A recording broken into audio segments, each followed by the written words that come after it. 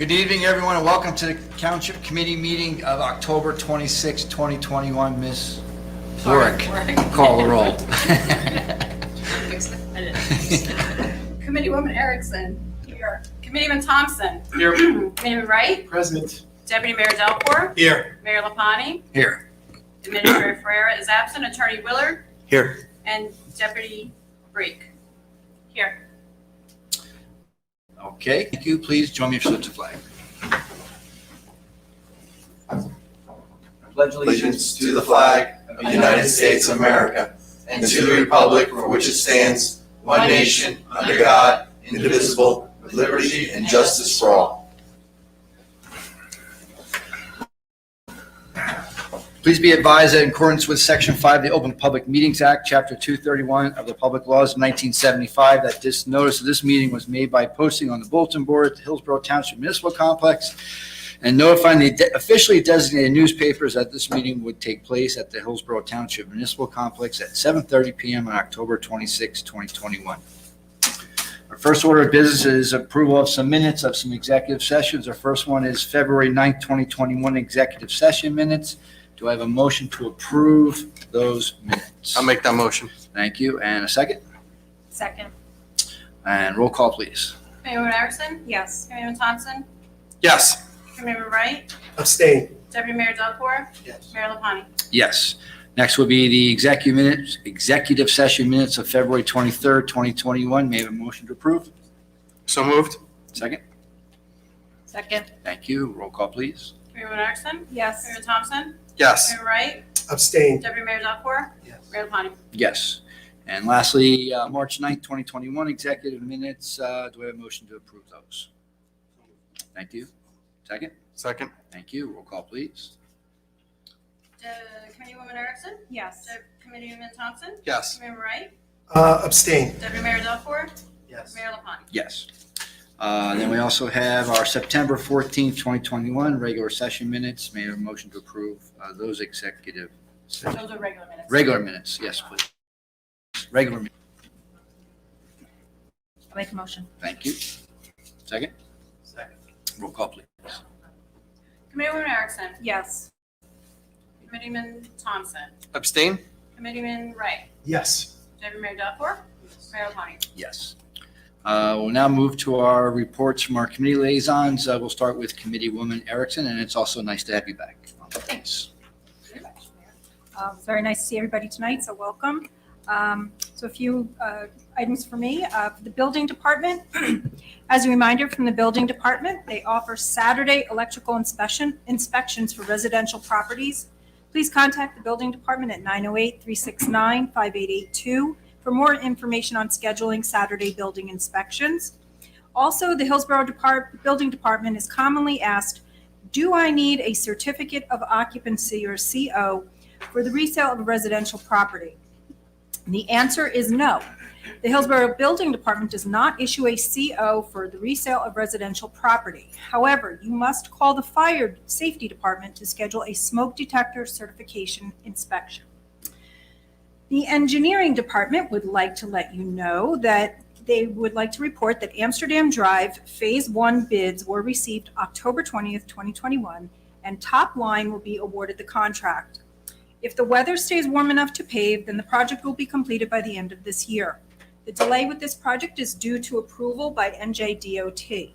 Since the project is funded through NJDOT local aid, NJDOT must approve the plans before the township can go to bid.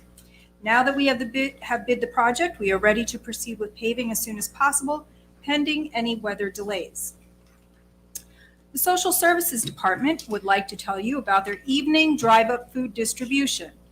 After another successful food distribution on September 30th, 2021, the Hillsborough Social Services Department has announced that they will once again partner with Durstein's Food Service Distributors, an independent, family-owned food service distributor that has made it part of their mission to work with hunger relief organizations and food banks. The Social Department will hold an evening food distribution event for Hillsborough Township residents. The event will take place at the Willow Road Complex, 530 Willow Road, Hillsborough, from 5:30 to 7 p.m. on Friday, November 12th. Please, no early arrivals. All attendees must register through the Township webpage. If you do not have access to a computer, please contact the Social Services Department at 908-369-3880 to register by phone. Little did you know, recently Hillsborough residents were polled about their plastic bag usage, specifically if they used reusable shopping bags when shopping. 59% of those polled said that they used plastic bags every time they went shopping. 28% of those who responded said they used plastic bags sometimes, and a little over 12% of respondents said they didn't use plastic bags for their shopping at all. In 2020, only 10% of the 4.2 million, 20 million tons of plastic bags, wraps, and sacks produced were recycled. Thank you to all of those who donated their plastic bags. We are no longer accepting them, but stay tuned for future initiatives. Boo Bash, calling all seniors that just want to have fun. Join the Hillsborough Township Social Services Department in partnership with Foothill Acres Rehabilitation and Nursing Center for some not so scary fun at the Boo Bash in the Park event on Wednesday, October 27th, 2020 from 10 a.m. to 1 p.m. Limited space is available.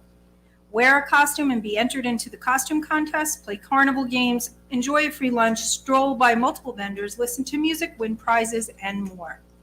To register, email rooms@hillsborough-nj.org with your name and phone number or call 908-369-3880.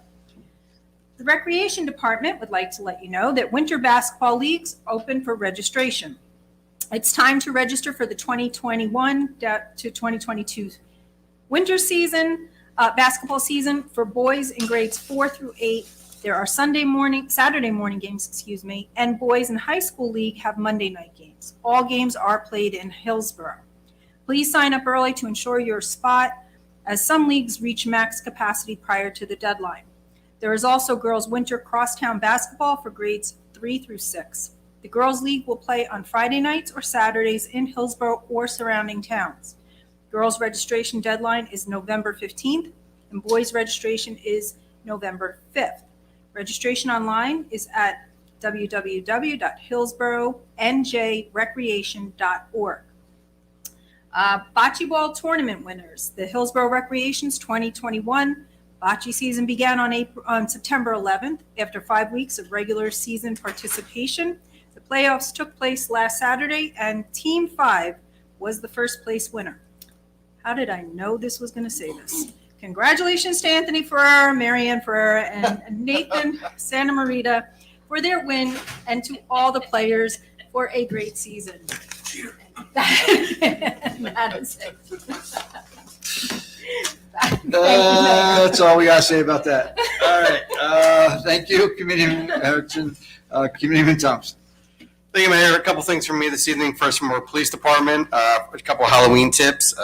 Chief McMahon would like to remind all of our residents of the safety precautions for those participating in various Halloween festivities, in addition to offering suggestions to parents of young children who trick-or-treat from door to door at this time of year. The following precautions are intended for a safe and happy time for all of our residents. Wear light-colored clothing that's short enough to prevent tripping and adds reflective tape to the sides, front, and back of the costume. Make sure children can see well through face masks or their cosmetics.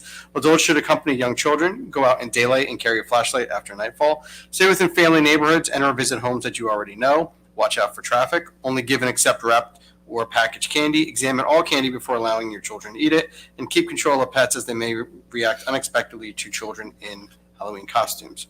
Additionally, please remember also to adhere to a Township Halloween curfew regulations for October 28th to November 1st between the hours of 10 p.m. and 6 a.m. in which no person under the age of 18 years shall be permitted in any public place, public street, or public property in the Township of Hillsborough unless such person is in attendance at a program or function sponsored by the municipality, church, or school. This section shall not apply to persons under the age of 18 while they are returning home from a place of employment, school, fraternal or religious meeting, or going to and from a doctor's or dentist's office where treatment has been rendered or is to be rendered, or to persons under the age of 18 years who are accompanied by a parent or guardian under the age of 21 years of age. These simple precautions can go a long way in making our Halloween safe. From our health department, COVID-19 vaccine clinics are coming up on Friday, October 29th. The health department will be offering the Johnson & Johnson COVID vaccine at the Hillsborough High School football game from 5:30 to 7:30. You're eligible for the booster if your first Johnson & Johnson vaccine was administered 2 months ago. You can also receive your first vaccine at the same event. And on November 4th, you can receive a Pfizer or Moderna COVID vaccine boosters here at the municipal building. First and second doses are also available at that time. And last but not least, from Iron Peak, they will be hosting a Fall Fest on Saturday, October 30th, between the hours of 10 a.m. to 4 p.m. Please visit their website for all the details on that. Thank you, Mayor. Thank you, Committeeman Thompson. Committeeman Wright. Thank you, Mayor. I always smile when I start off with this. Public Works, it's that time of the year. The Public Works Department is requesting you to shake, shake, shake. Shake your mailbox, shake your mailbox, shake your mailbox. The best time to see if your mailbox is, whether it is well and it's going to make it through this season is ultimately now. Ultimately, you want to check it before the snow falls. On average, when snow is being pushed by the snow plows, it's normally around 35 miles per hour. So it's probably an ounce of cure right now to check on it to make sure it's okay before the snow starts to come down. Also, the Hillsborough Township leaf collection program is approaching next week. Please be sure to visit the Public Works link on the Township website regarding how to place your leaves on your property so that they are picked up efficiently by our crews, and also to familiarize yourself with the process. The leaf drop-off program at the Alton Road site will also be available starting Saturday, November 6th. LitterCon. Have you registered for LitterCon 2021 yet? It's not too late to help clean up Hillsborough for the holiday season. For those of you who are still unsure of what LitterCon is, it is litter cleanup that is held in preparation for the holidays. This fun community event where volunteers can dress up in Santa, Elf, Grinch, and other holiday costume attire can be picked up litter around the community, targeted to get everyone involved and to make our community shine. Registration is held through Eventbrite, and the litter cleanup kits will be distributed to volunteers at the event. If you have previously registered and already have a kit, bring it along and get ready to take one wrapper at a time. Thank you for being a litter hero. And you can register on Eventbrite, which is www.eventbrite.com/Hillsborough Township. Now, Somerset County, on November 11th from 6:30 to 7:30, actually from 6 p.m. to 7:30 p.m., EM Power Somerset is hosting a virtual vape and tobacco prevention event for middle and high school youth and their parents. They hosted this event last year and had a great turnout, so we're excited to offer this again this year. The keynote speaker is Rob Holliday, and there will be giveaways, including AirPods, throughout the event. Please see the Hillsborough Township website, the Mayor's e-news, and Hillsborough Township Facebook page for the Escape the Vape registration link. Thank you, and that's all for me, Mayor. Thank you, Committeeman Wright. So I have a few things here, so bear with me. But I'm going to first go to Deputy Mayor Frank Delcor, who is sitting there in the wings. Frank, Mayor, you're it's at it. your prerogative if you'd like to go. Nah, first. Always have that. I'd rather be last. Give us the slides. Yeah, I know. I would throw Pam to a loop. Just a couple things. I'll be brief, I promise. That's 2021/22 added and omitted tax bills. Those are the bills that get added for additional billings for new construction or other property improvements. They have been mailed. These bills are due on November the 1st, along with the initial tax bill that you should have received in September. If you have any questions regarding the added or omitted taxes, please contact the tax assessor's office at 908-369-8077. I'm sure you are all aware that we are in that special season known as voting time. Early voting in Hillsborough has begun. Anyone that's registered to vote can vote early here at the municipal building. And just for so everyone's clear, any early voting is all here at the municipal building. If you do vote on election day, you would vote at your designated polling location. If you're not sure where that polling location is, you can reach it. You can see the voting information page at the Hillsborough Township website. Early voting hours are Monday through Saturday from 10 a.m. until 8 p.m. and Sunday from 10 to 6. The last day of in-person voting will be this Sunday, October the 31st. And again, if you would prefer to not vote early, just go on election day, you would do that at your designated polling location on Tuesday, November 2nd. On election day, the polls are open from 6 a.m. until 8 p.m. And finally, there is a Borough Safe is running a T-shirt contest. That's in observance of National Suicide Prevention Week. The design should focus on suicide prevention and awareness in our community using the theme "Be the One Too." So you can see it up there. It's, be the number 1, 2. And for more information on the Borough Safe T-shirt contest, please look for the flyer in tomorrow's Mayor newsletter and the Township website, as well as the Hillsborough Township Facebook page. That is all for me, Mayor. I'll turn it over to you now. You were brief. Thank you. Okay, so like I said, I have a few things, so bear with me. First one, over the years, we have prided ourselves in Hillsborough Township being ranked as one of the best places in America and one of the safest places in New Jersey to live. That being said, I'm disappointed by the reports of, yet again, individuals tampering with political lawn signs. As a public service reminder, tampering with, including stealing and or vandalizing political signs, is a violation of other people's freedom of speech. Citizens also need to know that according to the law, those who tamper with political signs can be charged with theft, criminal mischief, and or trespassing. Simply put, no one should touch a candidate's signs for any reason. If you believe a political sign is illegally placed, please contact Hillsborough Township zoning official, Ms. Marcy McLaughlin, at 908-369-8382. It is important, despite what's happening nationally or in trend, that we use this unfortunate incident to reaffirm my policy of zero tolerance here in Hillsborough for any type of this political incivility.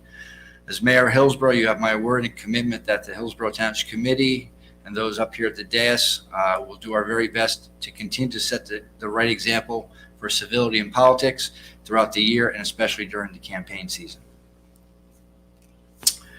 Onto some better topics. I'm proud to announce that Ted Dima, a Vietnam veteran who served as a senior vice commander of Chapter 27 of the Military Order of the Purple Heart, will lead Hillsborough's annual Veterans Day ceremony on Thursday, November 11th, 2021 at 6 p.m. at the Garden of Honor.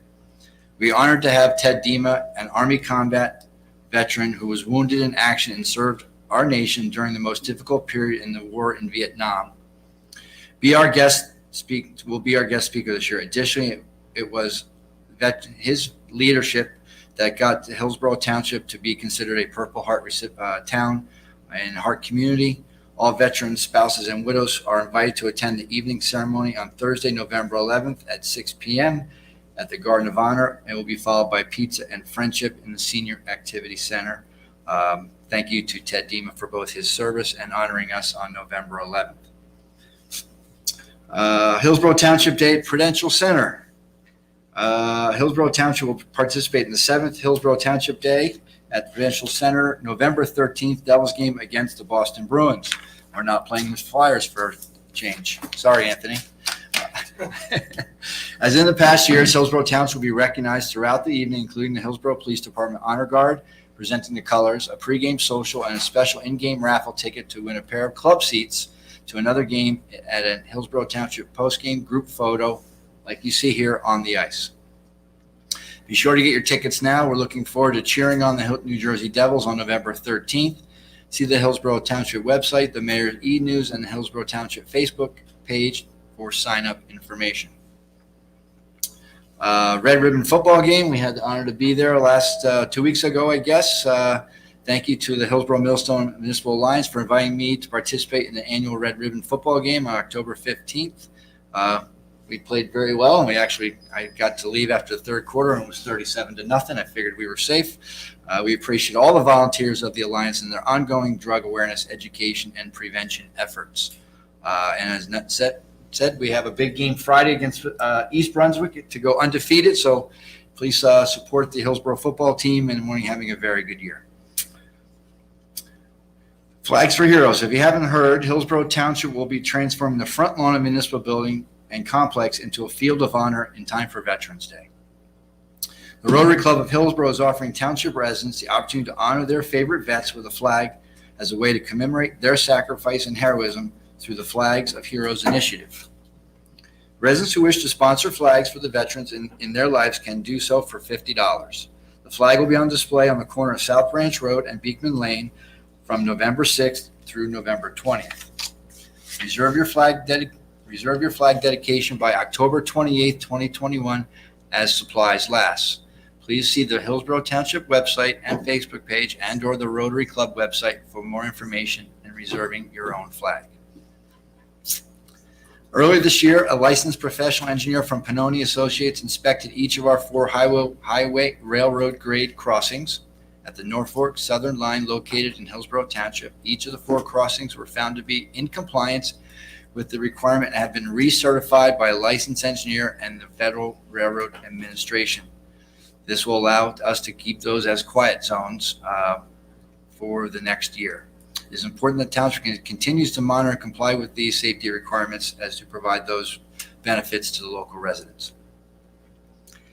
Okay, so the deadline to apply for disaster loans for physical damage for Hurricane Ida is November 4th. Anyone who is referred to the SBA by FEMA is encouraged to complete their application as soon as possible. The disaster loan application is part of the eligibility process of FEMA's other needs assistance programs.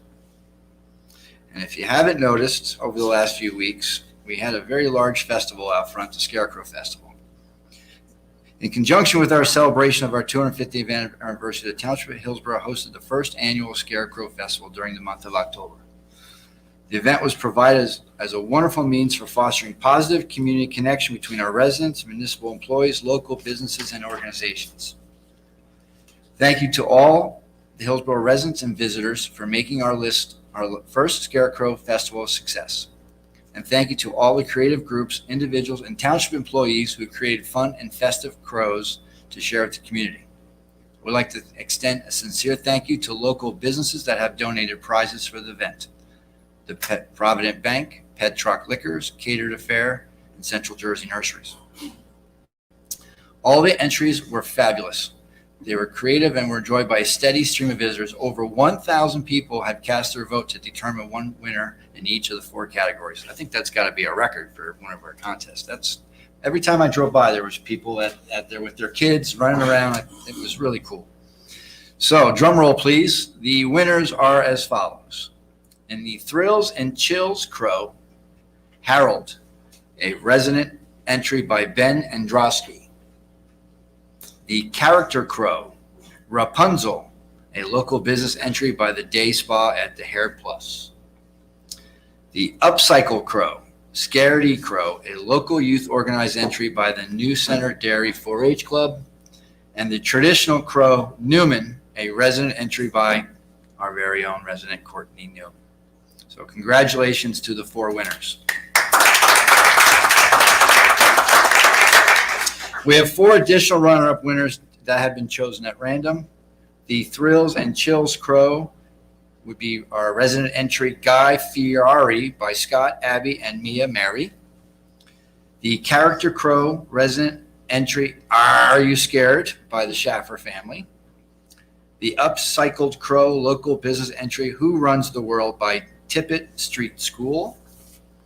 And the Traditional Crow resident entry Spooky Sparkle by Madison and Carrie Speck. Prizes will be mailed to the winners. The response to our first ever Scarecrow Festival has been nothing short of amazing, both from our participation by our residents, but also by the voting, as we stated. So we are already underway planning Festival 2022. And as I said, the prizes will be mailed out later this week. As always, you can stay connected with all the events and more via the Wednesday e-newsletter. Be sure to follow and like the official Hillsborough Township Facebook page and Twitter, TV29, and the Hillsborough YouTube channels showcase our meetings and Hillsborough The Good Life episodes, Hillsborough alerts for traffic and emergency notifications. So that ends all the news that's fit to print, so to speak. We will now move into our proclamations that we have this evening. We have 4. As always, I will call each recipient up one at a time, and after receiving your recognition and posing for a picture, we ask that you please return to your seat. We will pause after all the proclamations are done to allow your departure, and then we will take a brief recess and then start the meeting again. So we'll move down to start the first one. It will be Red Ribbon Week.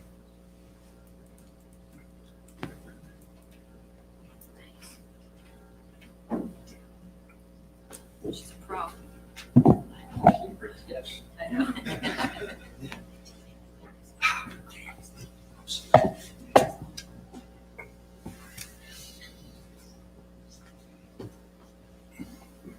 Just have to do it next year. Okay. New Jersey has the 6th highest rate of fatal youth drug overdoses in the country due to inexpensive and highly pure heroin in New Jersey. Opioid dependency can begin in just 5 days. 15% of New Jersey teens admit to drinking alcohol for the first time before the age of 13, and 39% of New Jersey teens admit to smoking marijuana at least once daily. The National Family Partnership for Drug-Free Youth, the Hillsborough School District, and the Hillsborough Millstone Municipal Alliance are sponsoring the National Red Ribbon campaign, which will be celebrated October 23rd to the 31st, offering citizens the opportunity to demonstrate their commitment to drug-free lifestyles by wearing and displaying red ribbons during this week-long campaign. Now, therefore, be it proclaimed that we, the mayor and the township committee, do hereby recognize October 23rd to 31st as Red Ribbon Week and encourage the citizens of Hillsborough Township to participate in the drug prevention activities, making a visible statement that we are strongly committed to a drug-free community, and we further acknowledge all the citizens to pledge drug-free looks for me. But thank you.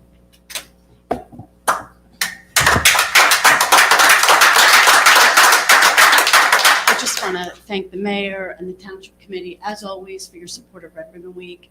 Thank you for coming out to the football game the other night. We really appreciate your support. Red Ribbon Campaign is the oldest and largest prevention program in the nation, and the red ribbon is our symbol to raise awareness about drug and alcohol prevention. I'm one person standing up here tonight, but there are many people in our community and in our school district working on drug and alcohol prevention programs, helping educate our students, helping educate our parents, and educating the community. So I'm really one person, but I represent a whole lot of people. Anything that we do, we have a lot of activities going on in the school district this week, including a poster contest. I have the flyer here.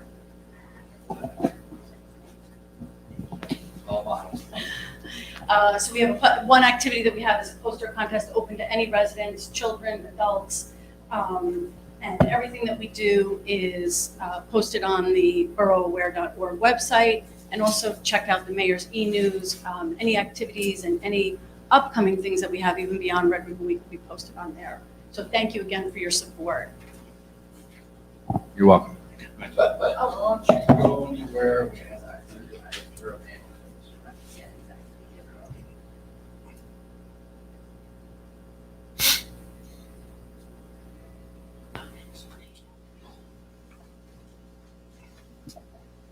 Okay, so next we have National Women's Business Council Award. So we're recognizing women, small business, and entrepreneurs. I'm going to ask our EDBC chairman or liaison, do you need to come down with me? Do we have someone coming to collect this for?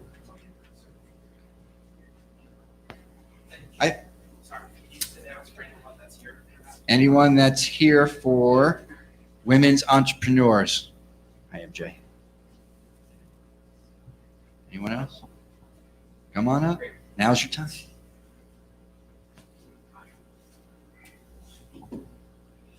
Okay. So first, why don't you introduce yourselves? My name is Marissa Narula, and I'm a franchise owner for Code Ninjas Hillsborough. We teach kids how to code by building their own video games. My name is Jane Machnes, and I'm the owner of Super Sundays Ice Cream Store in Hillsborough. We've been here for 23 years supporting our town, making ice cream cakes and serving ice cream. My name is Lydia Emhauser. I'm the owner of Industrial Tube Corporation. We're a fourth-generation family-held business and doing very well here in Hillsborough. Thank you.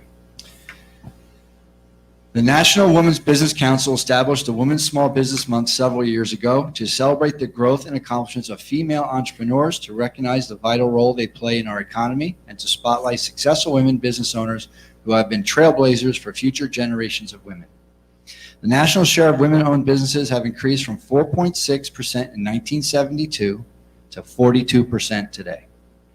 And that is nearly now 13 million owned women businesses, which employ 9.4 million people and generate more than 1.9 trillion in revenue. The Economic and Business Development Commission, EDBC, is composed of volunteers from the community appointed by the Township Committee, who act as a liaison between the business community and the Township officials. The Office of the Business Advocate acts as a catalyst for the Economic and Business Development Commission to encourage development by attracting, retaining, and assisting businesses to expand and grow in the Township. Mr. David Coyce over here, if you don't know who he is our EDBC liaison and our business advocate. Now, therefore, be it proclaimed that we, the mayor and the Township Committee, do hereby proclaim October as National Women's Small Business Month and celebrate the rich contributions made by Hillsborough Township women-owned businesses, and to acknowledge the growth and accomplishments of female entrepreneurs and their vital roles that play in our economy. Congratulations.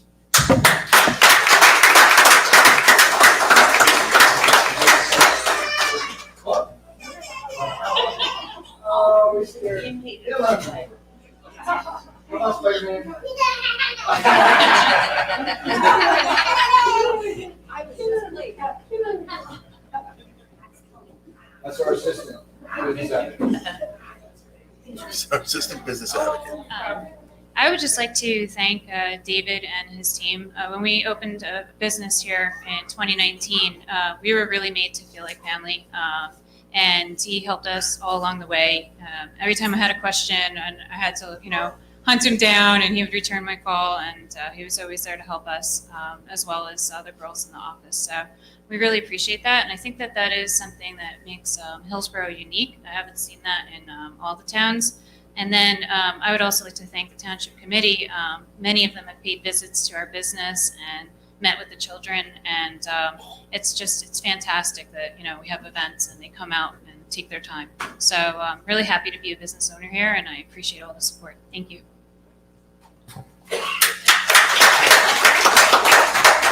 Well, when we started Super Sundays, your position wasn't there, or it was just starting, and it's been amazing to see how much our town has changed in the 23 years. I'm also a resident of this town. I was looking back at some of the stuff we did many years ago, and you kind of look and go, wow. It's kind of a wow how many people, birthday cakes I've made for them.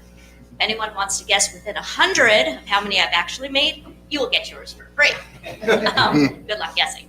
Anyway, I couldn't actually do my job if I didn't have such a great group of people to support me. Even with the changes that we've experienced during COVID, it's wonderful to see how many people come out and support us, not just us, but our whole town, all the women in our town. It is amazing to see how many businesses that are owned by women. So support local. Thank you.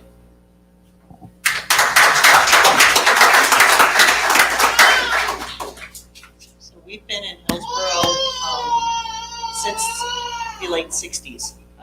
I personally have seen Hillsborough, specifically Route 206, go from a dirt road to what it is right now, which is fairly amazing. The community has helped us a lot, specifically the police force, where I see a lot back there, has helped us.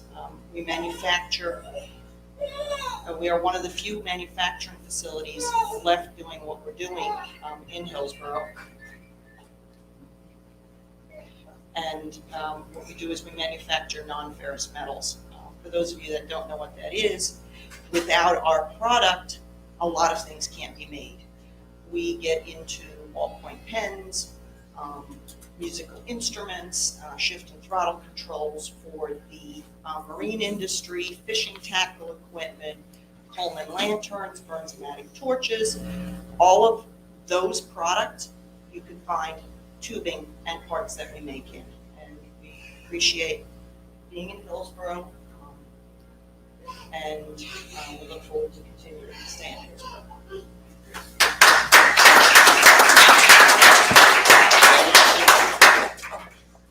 I'll take it. Thank you. My deputy mayor. Oh my goodness, I don't know how to follow that up. This month is all about the amazing women that we have here in the township, running and operating their businesses.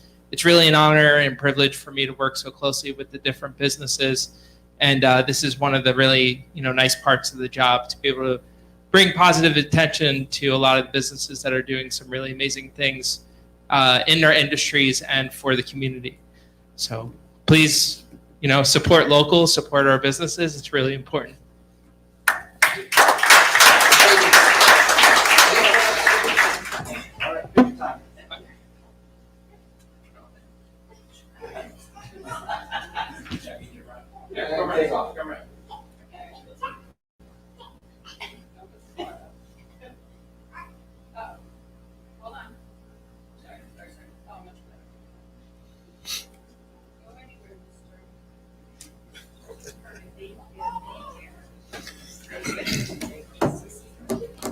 Yeah, we got one for everybody.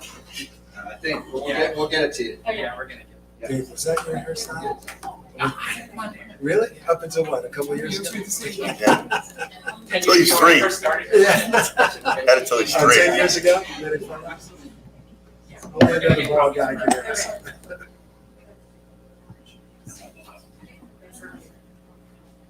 Okay. So is Devin here, please? Come on up. Everybody give Devin a hand, and I'll tell you why in a minute.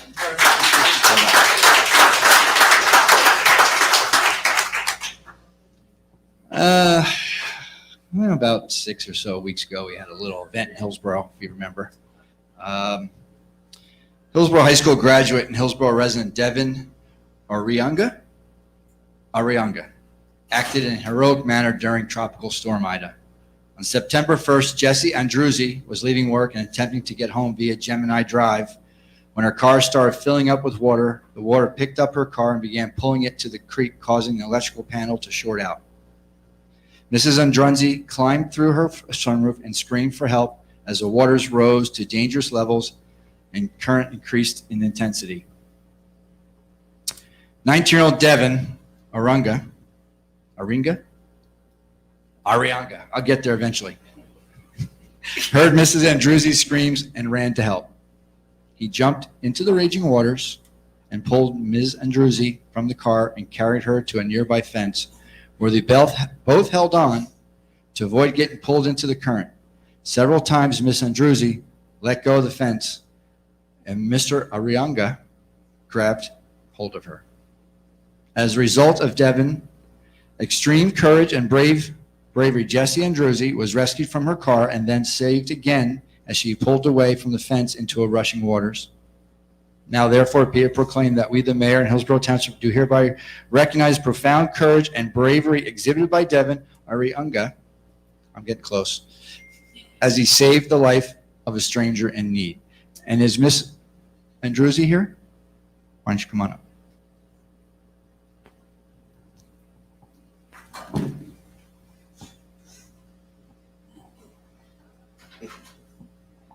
Obviously, a friendship made under some circumstances. Would you like to say something? Well, I didn't really know what was going to happen that night, but when I saw him, I don't know, I just felt so excited that somebody even heard me. And just the fact that somebody would go into that water to save me is just absolutely nuts to me. So I appreciate you, dude.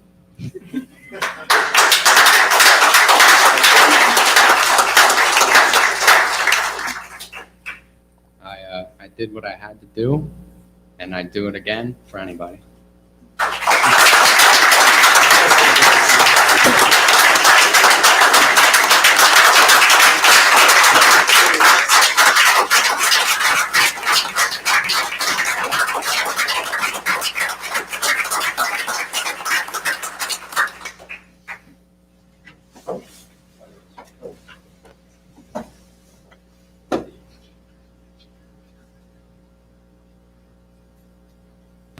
Mom and Dad, are you back there? You want to come up with your shoes or something? Your dad, whoever's the support group is back there. You get next to her. You get next to her. I'll stay over here.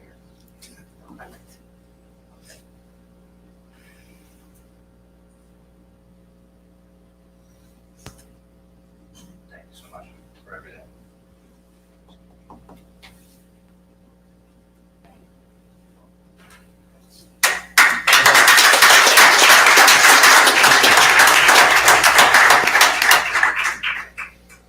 All right.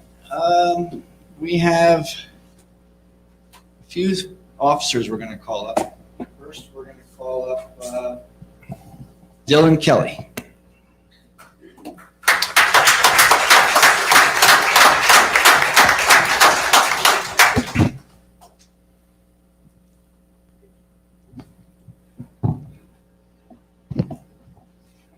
Hillsborough Police Officer Dylan Kelly has been awarded the Department CPR Life Saving Award. On June 6, 2020, at approximately 6:45 a.m., Officer Kelly was dispatched to the Roycebrook Golf Club on the report of an unconscious male. Upon arriving, Officer Kelly ascertained the individual was not breathing and had no pulse. Officer Kelly began life-saving measures by performing CPR and continued until he was relieved by members of Robert Wood Johnson EMS. Prior to leaving the scene, the victim had regained a pulse and was breathing on his own. The valiant actions of Officer Kelly serves as an example of the highest standards of Hillsborough Township Police Department through his heroism and willingness to help others. Hillsborough Township Police Chief Michael McMahon has recognized Officer Dylan Kelly with the Department Life-Saving Award for being instrumental in reviving the victim. Now, therefore, it be proclaimed that we, the Mayor and the Hillsborough Township Committee, do hereby extend our sincere congratulations and appreciation to Hillsborough Township Police Officer Dylan Kelly for saving the life of an individual and being the shining member of our community. We ask him and thank him for his service to Hillsborough.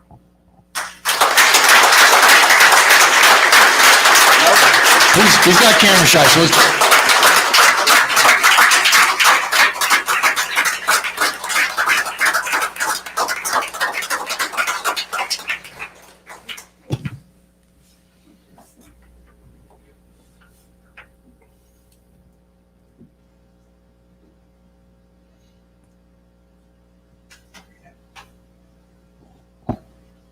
Go far.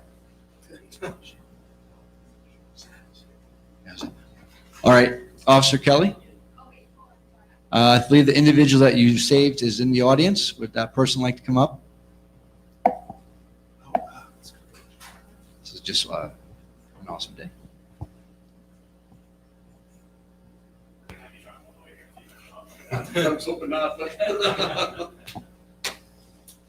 What's your name, sir? John McDonald. John McDonald. Was going to play golf that morning, didn't feel a thing. Next thing I know, I woke up in the hospital, and I spoke with Dylan, I believe, that day. I'm a retired NYPD detective, and more than anything, I realized what it means, especially for someone to do what he did. He was on his way home. He could have easily just kept going home. He heard the call and came back. So I greatly appreciate it, and we'll be ever friends. Family.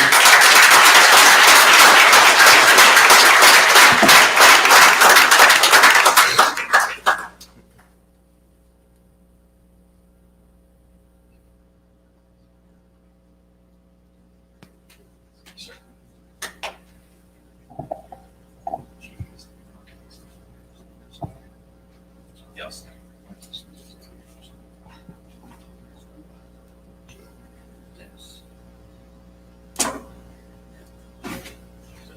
Joe Desmond and Dennis Rivera.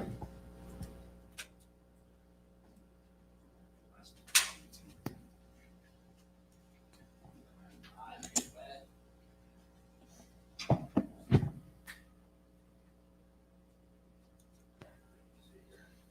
me see if I can read the fine print.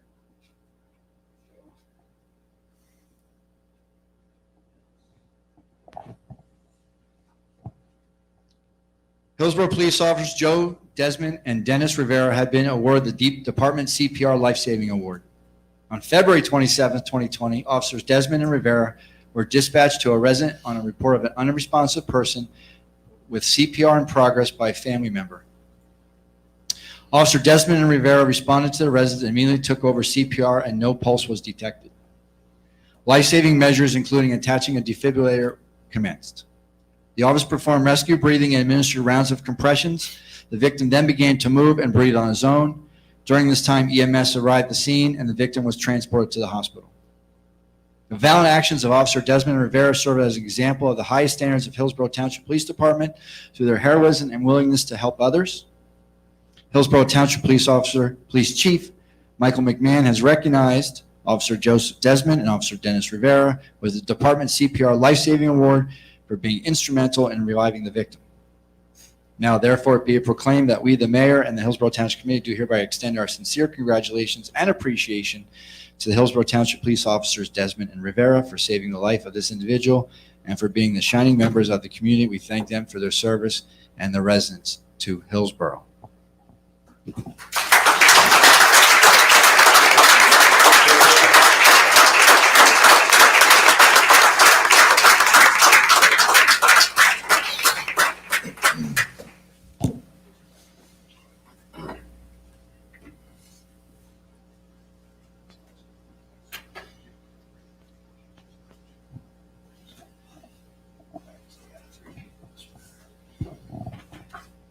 Officer Christopher Michaels, John Johnson, and Tyler Ott, please.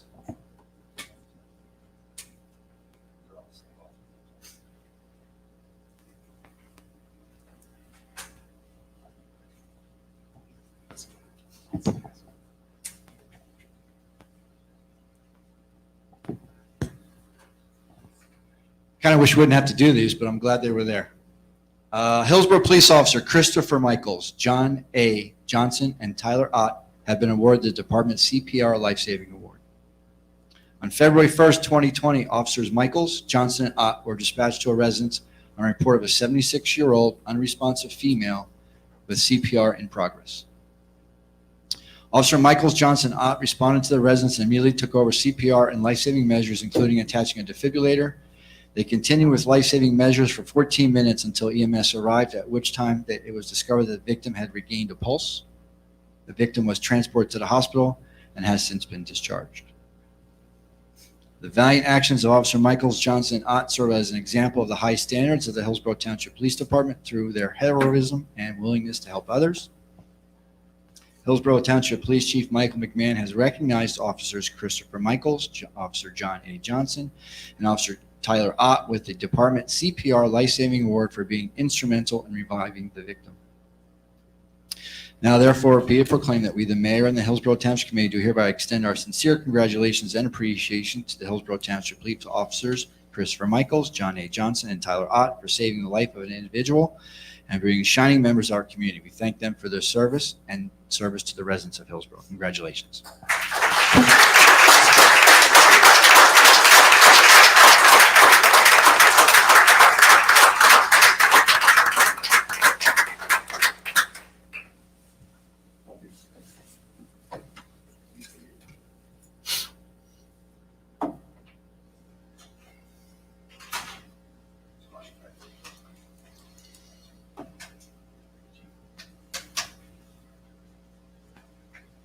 Okay, so we'll take a 5-minute break here and we'll restart at 8:25.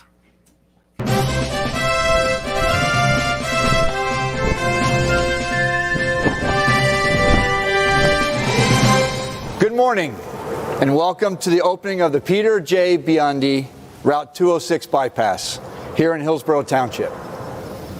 Thank you for joining us here today for this very much anticipated event here. Can't think of one that we've been waiting for longer. As we open the remaining sections of this vital roadway, which has been named in memory of the late Assemblyman Peter J. Biandi. This roadway will officially open for traffic on Saturday, June 5th. I'm joined here today by my colleagues, the Hillsborough Township Committee, Deputy Mayor Frank Delcor, Committeeman Doug Thompson, Committeewoman Janine Erickson, and Committeeman Jeffrey Wright. I would also like to thank this opportunity to introduce some other guests here this morning. Senator Kip Bateman, who was a sponsor of the legislation to actually get this road named after the late Assemblyman Biandi, and thank you for that. Assemblyman Roy Fryman, Commissioner Paul Drake, and please help me welcome Miss Joan Biandi.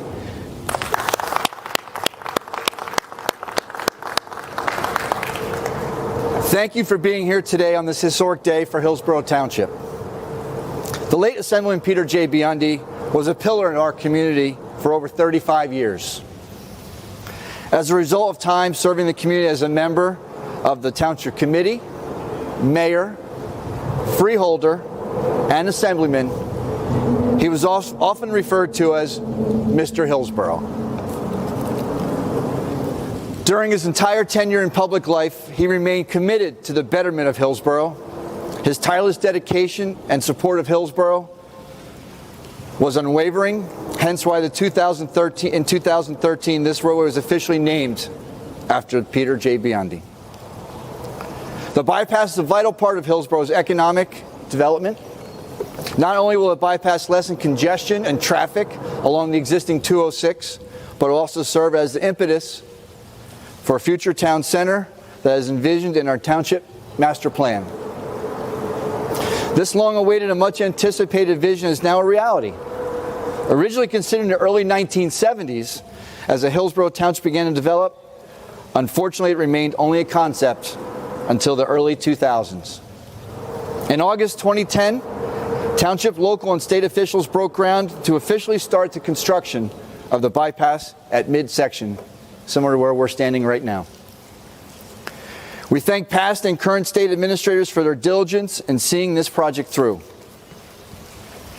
This portion will shift traffic on the new 3.6-mile section of US 206 to the east of the existing highway between Mountain View Road and... Okay, so we're back in session here.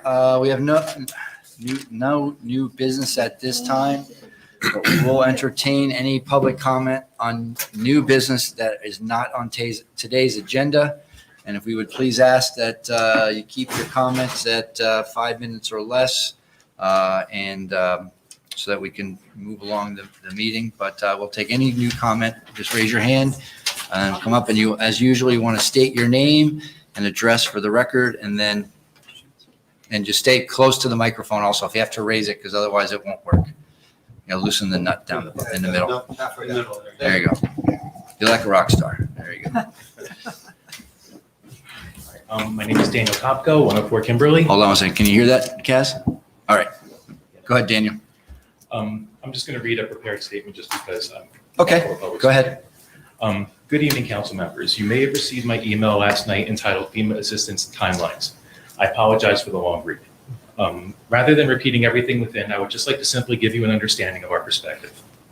It was nearly 2 months ago that Mayor Lapani was featured on CNN. He said, quote, "We have an issue that needs to be addressed and only FEMA can do that. We need to help these people out that are always in the flood zones by giving them an opportunity to get out. So we don't have to rescue the same people over and over again and rebuild the same houses over and over again." Those words were more uplifting to us than you could have imagined. Many of us have been living with the anger and frustration from a 2011 Hillsborough Township that, in the wake of Hurricane Irene, did nothing to help us. Less than nothing, really. They didn't even enforce the NFIP minimum standards that should have reviewed our damage and enforced floodplain management protocols. Hearing the mayor's words and seeing the immediate response by township officials was truly heartening. So please understand that what was once positive expectations has turned into a loss of confidence in the township's ability to support us beyond dumpsters and kind words. As we've been requesting the townships fulfill its duties, we've been told yet again, that's not my job. We've been told FEMA should be taking care of that when it was FEMA who assured us that the township was responsible. We've had to print out our own township's ordinances and present them to the very people who signed them into law years ago, only to be met with looks of bewilderment. And when we desperately need to work with our OEM department, emails addressed to our OEM director are being returned out of office until November 2nd. This is unacceptable given the gravity of the circumstances. We desperately need you to be the leaders we deserve. No one should be saying it's not my job. They should be saying, what can we do? But since no one is asking that question, I'm going to state what we need. One, we need you to be our representatives to FEMA. Somerset County OEM has identified Hillsborough as an eligible town for FEMA relief. Those funds Mayor Lapani asked for in his CNN segment have actually arrived. They've become accessible since September 30th through the FEMA Grant Opportunities portal located at go.fema.gov. However, we as individual residents cannot access this portal.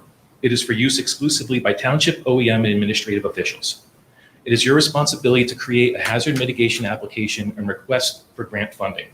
The deadline for submission is November 15th, which is less than 3 weeks away. And it will take weeks to gather the data that's required for these submissions. We need to know that Hillsborough's OEM is pursuing this on our behalf. If you used to or are unwilling to, we need to seek petition with Somerset County and FEMA for special representation due to local government indifference. 2, we need expedited substantial damage reviews. These reviews are the pivotal element in qualifying for the aforementioned FEMA relief, as well as individual cost of compliance benefits. FEMA is not obligated to provide engineers for these reviews, but it is the municipality's responsibility to either have them on staff or hire contractors after a major flood event. 3, we need you to stop looking the other way. I know this may sound counterintuitive, but you need to ensure that our homes, if they are to be rebuilt, are properly elevated by NFIP standards and regulations. Not requiring permits and looking the other way on electrical panels replaced 7 feet deep in the floodplain isn't helping and isn't a long-term benefit. It's why we're still here after Irene. It should have been fixed. 4, we need communication and transparency. We are getting neither from the township as deadlines for relief draw near. We have no idea what our application status is. Our residents are rebuilding in violation of NFIP because no one is telling them what NFIP is at this point. We need you to appoint someone within the township to act as a liaison with those seeking FEMA grants and opportunities, as well as disseminate mandatory improvements required by the NFIP and FEMA. Thank you very much. Okay.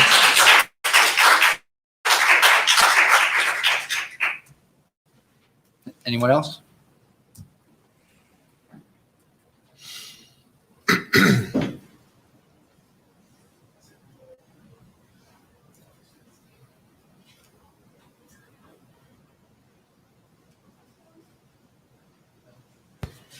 My name is Vivian Lorea, 104 Kimberly Road.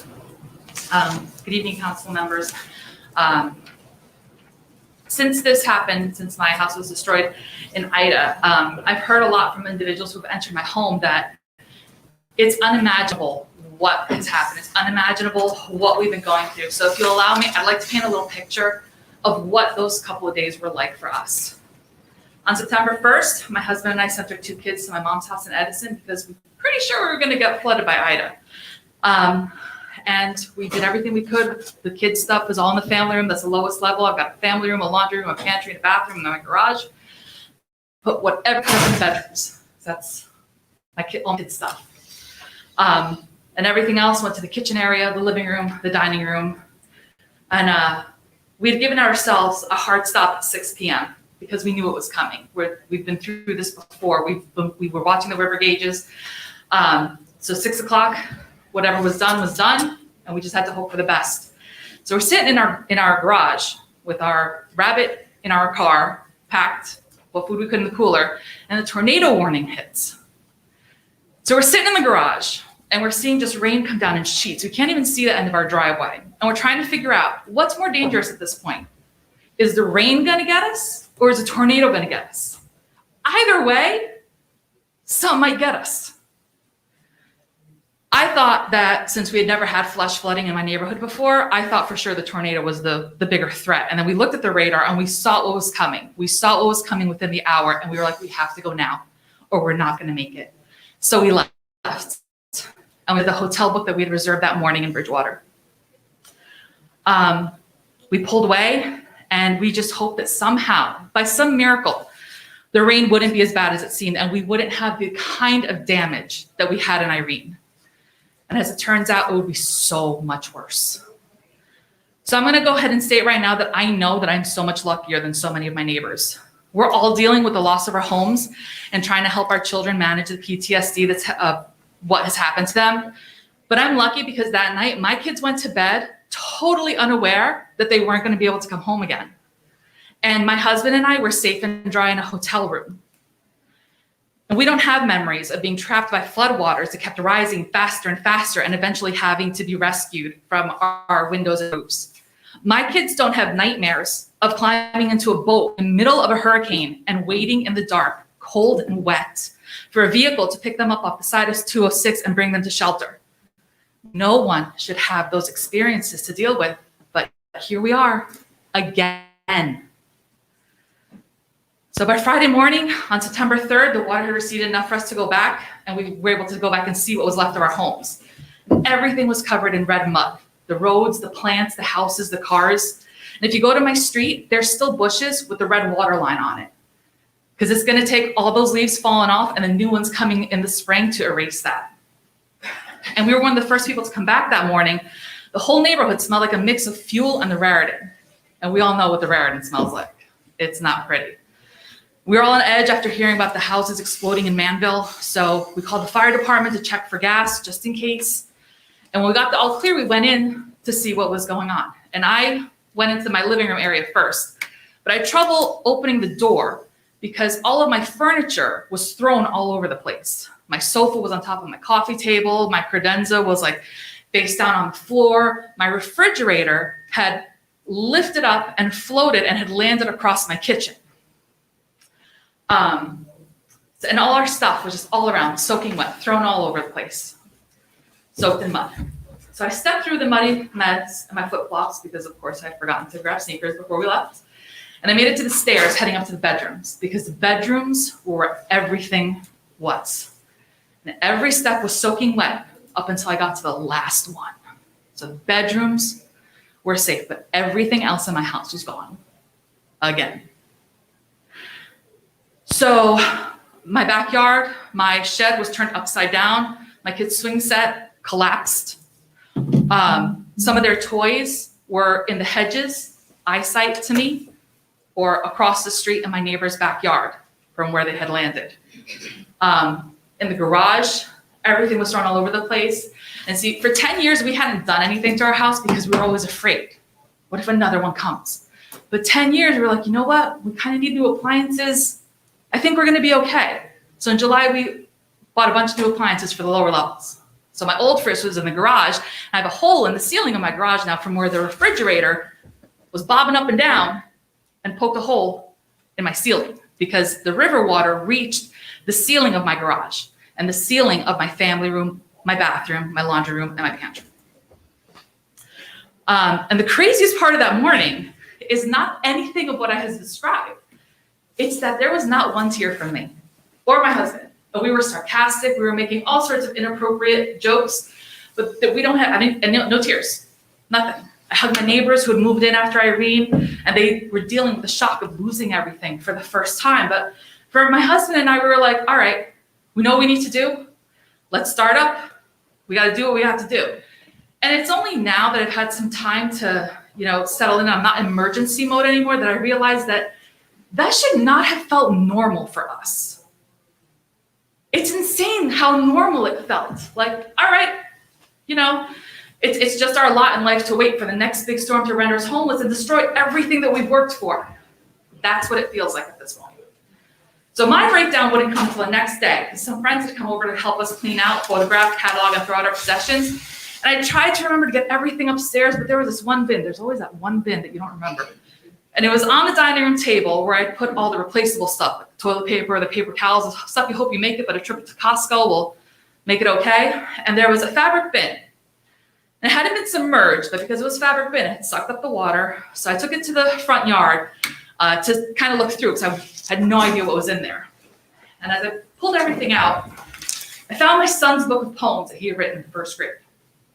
One poem a month, painstakingly written by a boy with autism who had struggled since he was a toddler with speech and communication, who I waited 3 years and 3 days to call me mom without any clue whether I would ever hear him speak. He wrote and illustrated that book and gave it to me at the end of first grade. And it was soaked in river water. The hardcover was soggy and the whole book folded over in my hands. And I didn't even realize that I was curled up in a ball screaming in the middle of my front lawn until my husband ran out to see what was going on and I couldn't talk. But I showed him the book. He took it, and he was able to separate the pages. We laid them out to dry. We took pictures just in case. And I still have all the pieces of that book in the closet of our temporary housing. And I'm really hoping that I can get it restored one day. But But I haven't been able to look at it since then because I just haven't been able to deal with that level of pain right now. So I should mention that in the first few days, we had everything we needed from the township, and I truly want to thank you all for that. We asked for dumpsters. Somehow you got them to us that day, and they were cleared and they were replaced so often during those first couple of weeks. We asked for police presence to protect our homes so that we wouldn't have to deal with the looters like we did on Irene, and you gave us that. And I'm so, so grateful for that because it did make such a big difference in that first week while we were trying to figure ourselves out. But we need a lot more help from you guys, a lot. As my husband mentioned, we can't do any of this government process. We can give you our information, and we've been trying to do as much research as we can, but the fact is that we can't do anything.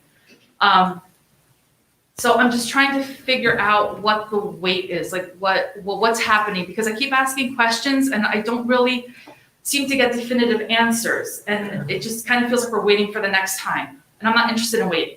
I'm not interested in returning to my home as it is and rebuilding an unsafe structure to bring my kids back into. And I'm turning to you guys, and I'm just getting some big answers. So I'm hoping that we can answer some questions in the very near future. The first one, where are we on the substantial damage analysis?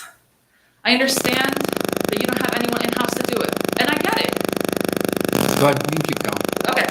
It would be ridiculous to employ someone 365 a year when they're needed, once a decade? I totally get that. But, and correct me if I'm wrong, from what I understand, you guys have applied to FEMA to have FEMA send an engineer, a volunteer engineer, to do our homes. And there's no time frame for that. And we're working with time frames here. So we have, you got it, Kaz, over there?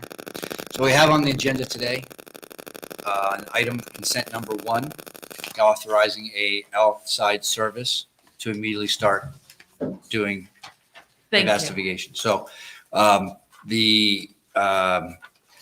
unfortunately, you're right, that we had to find someone to do that. So we have that. It's number 11. I'm sorry, number 11, with Taylor, Weissman and Taylor to provide substantial damage estimate reports related to Hurricane Ida. Okay. And they are going to fast track and get you what you need Thank you. by the time you need it. And I know that it's frustrating, and I've talked to your husband, I've talked to you, I've talked to your neighbors. We have the applications that we need to apply for. Our OEM have done that. The last piece of the puzzle, obviously, is this substantial damage report. We were able to find somebody to do that, so we are going to do that. As soon as we make this legal at the end of the day today, I've already signed the paperwork in the back room to have it done, so that will be done. And I thank you so much for getting that done. Can I ask, do we know what kind of timeline we're working with to have them come out and how that We know that you need it done by the 14th, right? Yeah, but then does that give you guys enough time to do everything that you need It'll to be do? done in time. Okay. I will tell you that. And I appreciate that. So I think we have 30 homes that we need to possibly inspect. All right. That is fantastic. You actually took care of a lot of my other questions with that one. So I thank you for that as well. I wanted to give you a chance to tell your story because I know it's emotional, so I didn't want to deprive you of that. So. And I appreciate that because as I said, it really is hard to imagine unless you've lived through it. So I thank you so much for doing that, and we're looking forward to moving forward with this. And so just so that I have everything straight in my head because there's a lot in there right now. So the application for FEMA.gov, FEMA Go is in the works. We believe we've already done all that. Fantastic. Okay. I'd like to thank you then for moving ahead with that. And I appreciate the movement that you guys are doing with this. As my husband said, in 2011, we did not have this movement. And we're left wondering what could have been different. Could we have qualified at that time? So I appreciate very much that we're not moving in the same direction this time. I hope that the report that you're requiring is in favor of what you need. Obviously, that's the kicker, is the 51%. But Well, I mean, considering we lost everything but the bedrooms, I'm not. I'm hoping. I'm just saying. They're really big bedrooms. Yeah. I think that's. So, Which they're not. not just you, but all the neighbors who are looking, I hope that the analysis gives you the flexibility to do what you're looking for. I mean, that's a great first step, and I'm looking forward to working with you guys to fix the situation for our neighborhood so that we can do what we need to do to never have to deal with this again. Right. Thank you. Yeah, and thank you for your story. The other thing I'll just add from the OEM perspective, I know when you're in the situation that you're in, and I can't say I've ever been in your spot. I know it seems like things can never move quick enough, and we understand that. But I do want to make sure that you and your neighbors know that, our OEM and our engineering group and the mayor and our administration team, they're working on those deadlines because we know the importance of it. They are in contact with FEMA, where we understand the deadlines that we've got. That's why we've had to get this on the agenda so we can get this moving. The process is moving forward. I know it may seem like it's not at the pace that maybe, but we are working it, and we know what needs to be done so that we can make sure that you get the application in that you need, and your neighbors are dealing with that as well. So, I won't say be patient, because I can't say that. That's not fair. But I will say it's in the works. And I really appreciate that. Honestly, for I can't speak for my neighbors, but for me, it's part of it is about the timeline. Part of it is about not knowing what's happening and not knowing if what needs to be done is getting done. Because when I first started talking about this substantial damage analysis, nobody knew what I was talking about. I was told point blank by the OEM director that that's not his job. And I had to I had to find the ordinance online and bring it to him and show it to him for stuff to start happening. And that's not right. I got enough on my plate. My last question then, since this is moving forward, I've been in contact with my immediate neighbors, but I don't know everyone in that T section from my neighborhood. So I was told that anyone who was interested in this report would kind of have to come forward and ask for it. And I haven't been able to contact all my neighbors. So my question is, how are you guys going to contact everybody who is eligible for these reports? Like, how are you going to let them know that this is what they need to do?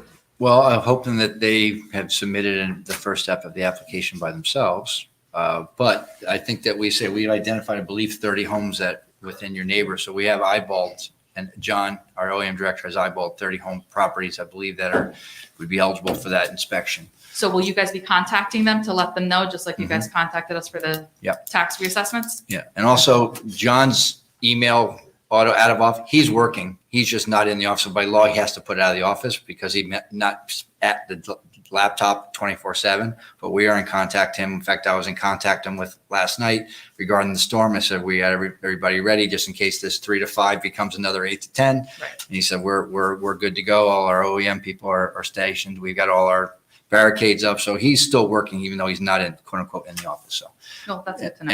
And your email also went to me, went to the engineering, went to Administrator Ferrer. So we all see it. So we're all communicating. I'm glad to hear that. Thank you so Okay. much. I have a question for you. Yes, sir. The gentleman who spoke before you, do you know him? That's her husband. Oh, okay. All right. Good. I'm sorry. I didn't catch that. I was like, wait a minute, because he left and I knew you had took a the little kids. one. Okay. Yeah, they gotta go to bed. I was like, I hope he gets the information. Yeah, he'll get All right. Thank you. All right. Thank you, Vivian. Thank you. Anyone else from, okay.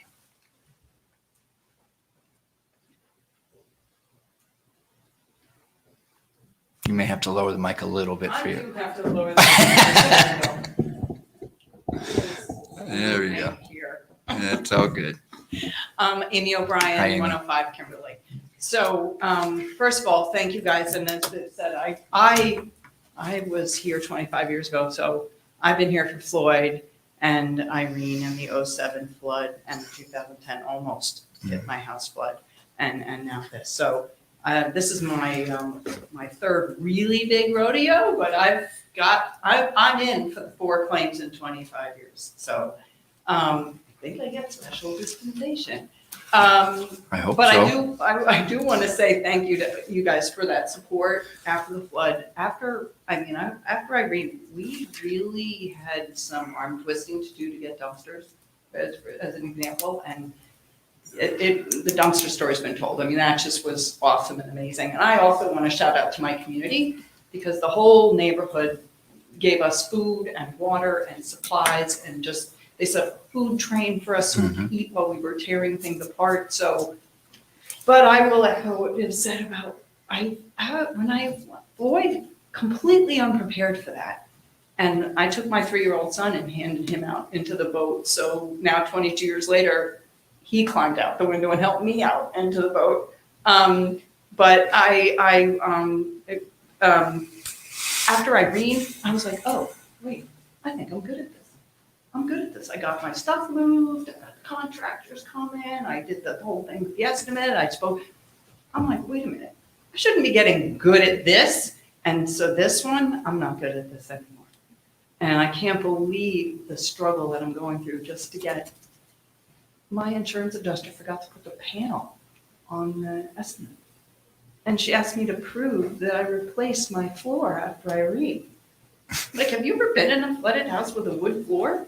Do you know what that looks like? So anyway, my trials aside, I think one of the things that I liked about what Dan said is the communication piece, because we are just, I think we're getting all in everybody's way because we're tripping over what we don't know and what we haven't heard. So whether it's the idea of a liaison, someone who can be the person who communicates with us, who translates what's real from what's assumed and tells us what's going on. Maybe it's, a special web page for us that says, this is what we're doing, but you have to do the following things too. Because I haven't done anything. I went online to look for Blue Acre stuff, and all I could find was Sandy damaged stuff. So I'm thinking, I need to do something. What am I supposed to do? So when I read through a lot of the material, I'm like, well, I have 16 questions. Am I supposed to do something? Who's did this? Oh, well now I know, and I talked to Shelley, so I knew some of this was going on, but I don't otherwise know, and I'm afraid for the other neighbors who, they have no idea. And they're coming to us, like there's a few of us who are kind of now knowing, and so they don't know. And to the extent that we can help identify them, I even said to them the other day, I'll put a letter together, a little news thing, and walk around the neighborhood and put it in mailboxes. Muddy mailboxes. But I will, and Danielle's mailbox is actually in my backyard. And so that's where, so the Shake It mailbox thing, yeah, well, her mailbox was in my backyard. So anyway, but I will do that. So use us too, but we would like as much information as you possibly can give us, especially, I didn't even know like this repetitive lost property thing that isn't even the same as the other thing. And so we need some experts to write some stuff down. I'll get somebody to put something together for you guys and we'll send it out. Yep, that's a very fair request. We will get that taken care of.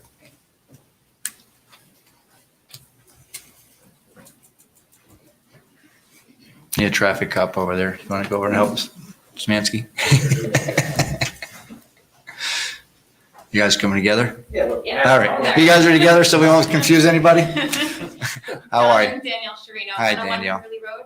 I'm also a small business owner. My business is at 323 Courtyard Drive. We, of course, went through the flood. You said you were only going to talk a little bit. I'll probably longer. Yes, so what Amy said, we got really good at it. We know what we need to do from the first flood. So we don't have FEMA flood insurance, we have private insurance, private flood insurance. We have our money. We built it, we're done. We're 85% done. We can move in the house November 7th, completely done. So my concerns are, how are you going to assess my damage? My house is better than it was the day after the flood. We put it all together. So what's one of my concerns is really, we want to get our kids back into the house. They're panicking. They're looking at night, watching the gauges, thinking they have to come out of the window. We want to get them back to their life. We want to give back their playroom, we want to give them back their rooms and even their kitchen. So we're done. November 7th, everything is done. So I'm asking you, Mayor, how does that affect us since we did all this? I don't have an exact answer, but I would imagine any receipts you have of the work done and the cost to rebuild, plus any pictures or photos that you had of the damage would be something that you would show the inspector. And that's obviously what they would work on, because obviously a lot of people are working through things already because they have to, right? They got to get panels back in. So they can assess the damage based on, I would imagine, work that you've done and replaced. They can see what was damaged ahead of time by what was replaced. So we can use our flood insurance estimate to. That's a pretty real number, I would think. I would think that has to be. I'll let my wife go. That's really the only question I really have. Thank you. Okay. Okay, so we've been here. Danielle, you're on. We've been here for 17 years.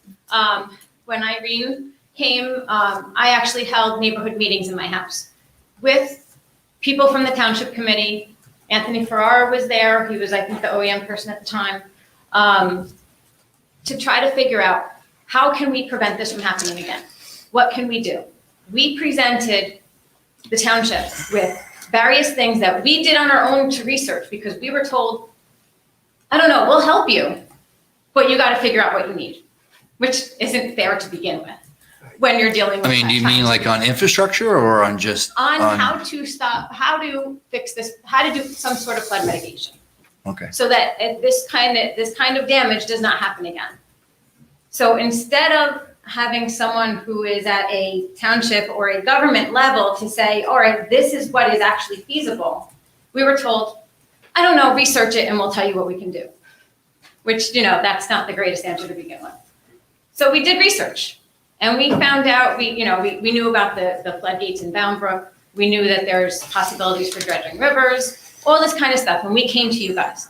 We even asked about a neighborhood loan so that we could try to raise our houses. We were told no on every single thing that we asked for. So even though we were told, yes, you're going to have help, we'll do everything we can. There was no help ever actually given. Okay, so then through the years, at various times, I've spoken to various committee members. Some of them are still here, some of them are not.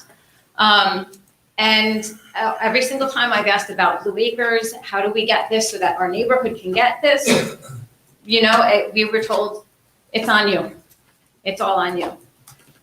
Now with this storm, we come to, I happen to be in Manville at one of the centers that they had to give out supplies to their residents. They opened it up for us too. The mayor, wonderful mayor, and they're always there. If it wasn't for him, I would never have known that it is the township that is supposed to put in the starting procedure for us to be approved for Blue Acres. Everything we've done for the last 10 years has been for nothing because the first step was not done by the people sitting in front of me. Even though I've spoken to you at various times throughout the years in the last 10 years. Every single time I was told no. You've got to understand the frustration because you don't know what it's like to have 10 feet of water in your house. You don't know what it's like to leave in a boat with your kids. I have a high schooler and I have a middle schooler. They had to couch surf because we were living in a hotel. We're luckily that we're in our house, and thank you, Mayor Lapani, for letting us to live in there without a kitchen, because that's why we could not afford to live in a hotel anymore. You got a family of 4 living in a hotel. It's not a great situation. Mm-hmm. So thankfully, we are actually in our house. So I thank you for that. And I do thank you for the dumpsters and all that, the police presence and everything like that. That is all wonderful. But we really, really need action. That is what we're here for. This is a horrific event. You can come afterwards and you can look at the damage and say, oh my God, I can't imagine. You really can't imagine. You can't. You don't know what it's like to walk through your living room, which is the 2nd floor, and have water up to here and know it's still going up. So I'm taken out in a boat with water just below my knee. I'm walking through. We left our house with no shoes on our feet, in our pajamas because it was the middle of the night. My kids had nothing on them. Mm-hmm. There is nothing to really explain what it is like to experience that. But as our township committee, I am imploring you, you have to do something to help us. This entire neighborhood should not exist You just allowed another development to go in right in back of us. When is it gonna end? You have to do something to get us out because you're adding to it. Stop adding to it. I'm done. Thank you. Thank you, Danielle. Well, I'll just say that we didn't allow it. We were told to, but that's another topic for another discussion. So we all know how that work turned out. But as far as going forward, and at least I'm concerned, I realize the issue and I've made the moves to do what you're asking to do, and it's being done. All I could ask is that you give us the opportunity to prove it, okay? And that's all we can do. You got to prove it. Anyone else? My name is Mario Shoya. I live at Can you raise the mic a little, please? Can you spell your name, please? Mario Shoya. Spell it. SZOJA. I live at 176 Dukes Parkway East. This is the lowest house there is. And this is the 5th time. We lived there for 16 years. I got son with diabetes. I got a daughter with Down syndrome. We was struggle in our attic for 2 days because nobody came to help us. We called 911 and nobody came to help us. And we got flooded up to 3rd floor, up to the knees. This is the 5th time. We through this. We don't know what to do now. Thank you. Okay. Sorry for your hardship. We need a microphone that moves up and down like we're all getting good at it. All right. My name is Mary Ann Jones. My husband Michael and I moved to Hillsborough in 102 Kimberly Road 13 years ago. When we bought the house, we were told, yeah, it does flood. You are in a flood zone. You'll need flood insurance to secure a mortgage. But, it's only going to flood maybe about a foot or so in your family room, and the house is a split level. So we took our chance. We loved Hillsborough. I had been living in another section of Hillsborough. I love the community, wanted to stay here, and it was a beautiful home. It's a beautiful neighborhood. All of my neighbors are phenomenal people, and the dedication and the camaraderie that we developed after Irene is, I can't even explain it and put it into words. Well, my house, my property, flooded back in 1999. I was not there for this, but during Floyd. It flooded again in 2007, again in 2011, again in 2017. My husband and I had a flood, and now with Irene, with Ida. I mean, how many times are we going to even be allowed to rebuild? You can't tell me a house that's flooded this many times. And even before that, it flooded in 1971 during Hurricane Dorian. You can't tell me the house is structurally sound to be rebuilt. You could see the pictures of my deck on the back. I had a 2-story deck that has been shifted and ripped from the house. I have a hot tub that was filled with water that shifted all along. Things missing, piece of stairway of the deck gone. I mean, inside, like Vivian shared and Danielle, when you see a refrigerator, a full-size refrigerator full of food that has been lifted and on its back in your kitchen, and you think, oh my gosh, how could this have happened? I'm a healthcare worker. I'm a pediatric ER nurse for over 20 years. I knew we had to get out. There is no staying in this situation. Yes, some people didn't realize how bad it would be. I was watching the river gauge as my neighbors who've been through it before. I also know the danger it puts EMS workers in trying to rescue people. They're putting their lives on the line to go out and rescue people in boats off their rooftops. This shouldn't happen. We're a small little section of Hillsborough. You guys, in my opinion, the home should not be rebuilt.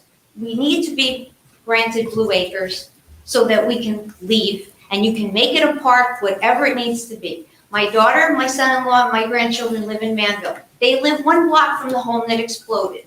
They've also lost their home. This is awful. Like, I can't in good conscience rebuild this house, and I'm gonna sell it to some unsuspecting person. Yeah, it floods. Yeah, this happens. Go check the floodplain. Yeah, I can't do that. I will not rebuild. I'm 58 years old. I'm not rebuilding. My entire house is on my front lawn right now. There's garbage everywhere. We're waiting for another dumpster to come tomorrow. I will not rebuild. So either Blue Acres is gonna buy us out, or my husband and I will go into foreclosure. We've already applied for forbearance because we've had to find an apartment to live. I can't pay a rent and pay my mortgage. Can't do it. It's just not possible. And I would rather walk away than see some other unsuspecting family, even if I tell them what happened. People are gonna be like us. I got insurance, it'll be okay. Until you've lived through it. You just don't know. And like my neighbor said, this is just, I mean, my grandson is 4 years old and he walks around saying, Mima's house got destroyed. Our house got destroyed. They've been living in a hotel and my son-in-law had to go on TV, on Channel 12, to be able to even get recognized because he couldn't get FEMA assistance, he couldn't get Red Cross. Right now, FEMA gave us $3,500 and the Red Cross gave us $515. What am I supposed to do with that? We do have a private insurance. We've received, our initial stipend, not anywhere near what we need, and we don't have time. I need to live somewhere. I can't live in this house anymore. If you smell the mold as a healthcare worker, I'm in there with masks and everything, and I'm like, I gotta get out of here. I'm gonna get sick. My neighbors sat through all of this. They've done the same thing. So all I ask is please help us. Please help us get Blue Acres grants. Please don't let us rebuild. Don't let another family suffer. That's all I'm asking, and I thank you for everything you've done up to this point, and I just don't leave us. Help us. You got it, Marianne. Thank you. Anyone else on the left side? Anyone on the right side? Mayor, can I just make one quick statement? So I know we have applied for residents to Blue Acres before because I know it was either 2014 or 15, and I apologize, I can't remember the year. So I know we have because I remember discussing with Mr. Willard, and it might have been 2013 or 14, and we were denied from the program. We had several residents on either River Road or I can't remember which. So of course, we're going to apply to the program again. There's no reason not to, but I do remember us being denied back in 20, and again, I apologize, it might have been 2013 or 2014. I believe it was 2013. It was 2013? Mr. Ferrer had asked me for information today, and I forwarded him some agreements we had. I think it was like four properties or something like that. Okay. Just one other quick question, and I apologize asking. Could you just show your hands of how many of you are in the NFIP program versus private insurance? I'm just really, these are NFIP? Okay. Just something to be aware of, and Senator Menendez and Booker are having a press conference about this on Friday, and it's actually a very big deal, but the NFIP program is being completely gutted. They're moving to something called Risk Rating 2.0, and it's actually going to be very devastating, not only for our community, but for communities across the state and nationally. Essentially, what the NFIP program is doing is moving to something called Risk Rating 2.0, which means they want to go to actuarial rates, which basically to what your property should be insured. There's a cap on it of 18% a year increases in the insurance, which is absolutely disgusting that they're even fighting for this. So one thing, this is something that was done, it's bipartisan that was done, so it's no one to blame either side because it started under President Obama, then it was continued on during President Trump, but then sort of pushed down the road, and now it started effect on October 1st, and that for new people coming in the program. But unfortunately for people on April 1st is when you get your renewal notices, as you guys know. And on April 1st is when the rates are going to start skyrocketing. So I know there's a joint press conference between Senators Menendez, Booker, Pallone, Pascrell, and I believe Congressman Smith from Monmouth County is going to be there as well in a bipartisan effort to implore FEMA not to move forward. So the only thing I can ask you guys who have all been directly affected by this and do have FEMA products is I encourage you to reach out to Senators Menendez and Booker, which I have, and mention how this program needs to be halted before it becomes into place. Because Risk Rating 2.0 going into effect, coming off of COVID and coming off of these devastating floods is just going to further exacerbate an already bigger problem. I know they're pushing for a cap of 9% increases to the formula, which is at least a little more reasonable than 18. The problem with the 18% is that's going to go on for 10 years. So it is a nonstop increase until it's actually paying what you'd pay for a private insurance, essentially. And while private insurance is sometimes a better alternative for some, FEMA is the better alternative. And FEMA right now is projecting that 20% of all loan products are going to jump out of the program. They're essentially trying to push you out of the program, even though it's the most affordable and most cost-effective way for someone to get insurance. And as you know, mortgages sometimes require it too. So without me rambling too much more, I could talk about this for hours because this is something that I care deeply about and I've looked into very closely. But I encourage each of you, again, to reach out to Senators Menendez and Booker, and also reach out to Congressman Malinowski, who represents our area, and talk about how they need to encourage the Biden administration, which they have authority to do so, and ask FEMA to hold off on the implementation of Risk Rating 2.0, at least until we can get a handle on why these dramatic increases are going to take effect. So I just wanted to put that out there because I know this is a very sensitive topic, and not many people are talking about the devastating factors that Risk Rating 2.0 is going to have on flood insurance products. No one's paying attention to it until April 1st when you get that renewal notice, and then we're all going to be in the same room saying, what happened here, except it's FEMA this time. So I just encourage you all to reach out, and you can email me and I can talk about it until I'm blue in the face about this, because this is something that I think is an egregious grab by FEMA. Mayor, I'd also like to add something too. Sure. Guys, I heard all of you loud and clear, and I'm so sorry for the loss that you guys received. I hope, like a few of you did say, that we've done much better since Sandy. The good news is this. The president was here. The governor was here, I believe, 3 times, maybe 4 times in the weeks after Ida. This is the time that we just have to keep letting them hear your voice. So, again, I'm sorry for your loss. I'm happy you're here telling us this story, but please don't stop. Let's work together to get this resolved. And if Blue Acres is what we collectively need to go for, then we're going to do our best to try to get you there. But as my other committeeman here just said, if they deny us, then we're stuck. So, let's work together and just continue to push the envelope to get this done. That's it for me. Thank you. But there should never be a better opportunity to have the Blue Acres approval process completed for those homes. So if we can't get this done now, then shame on the people that are making the approvals on that program. You will have our support in whatever you need in order to put those applications in. Unfortunately, we're not the final arbiters of whether or not they get approved. But I can assure you, given the attention that the matter has gotten, as Jeff noted, with it's rare that we get a president visiting. So it's obviously gotten attention at the state and the federal level. So hopefully we can use that to drive a resolution that'll work for all of you. So we will do that. Thank you. Okay. Maria Janusik, 720 East Freck Avenue, Manville, New Jersey. I'm also a Hillsborough Township property owner, Block 86, Lot 3, 2155 Champlain Road. I'm listening, as you all are, to the stories that the Hillsborough Township property owners just related regarding the devastation and the terror that they went through. And this is what's going on right now without any additional developments coming in over there. Now, this governing body has given approval for the Campus Associates LLC Weiss application for rental housing that's to be built in a light industrial zone. Now we're being told that it's because your hands are tied because the judges are making you do this.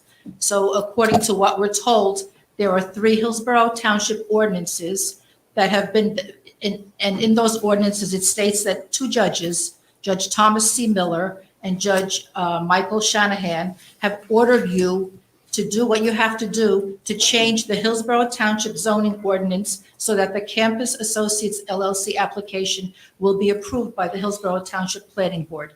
So why does Campus Associates get such preferential treatment over the people who have lived here, pay taxes here, have their families here? Why is this developer getting preferential treatment? Now you're saying that you don't want to rock the boat because you don't want developers to be able to come in and build wherever they want. Well, that's what's happening right now. Campus Associates, they're going to come and build in an industrial zone. They got a special ordinance according to the Hillsborough Township ordinance. I don't know who drafted this ordinance, whether it was Mr. Willard or whether it was Attorney Bernstein.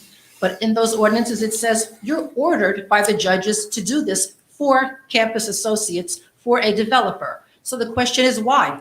So now if Hillsborough is in the national spotlight right now, and federal is looking at it, maybe federal should look at this. Why are judges bending over backwards to give a developer preferential treatment, and people over here who have been rescued out of boats, who in the middle of the night and they're are full of terror, and their children, and shouldn't that be in the national spotlight? Shouldn't this be in the national spotlight? Why is Campus Associates going to be allowed to build an industrial zone, and they need permits from the New Jersey Department of Environmental Protection, and I believe they also need a permit for a flood hazard area.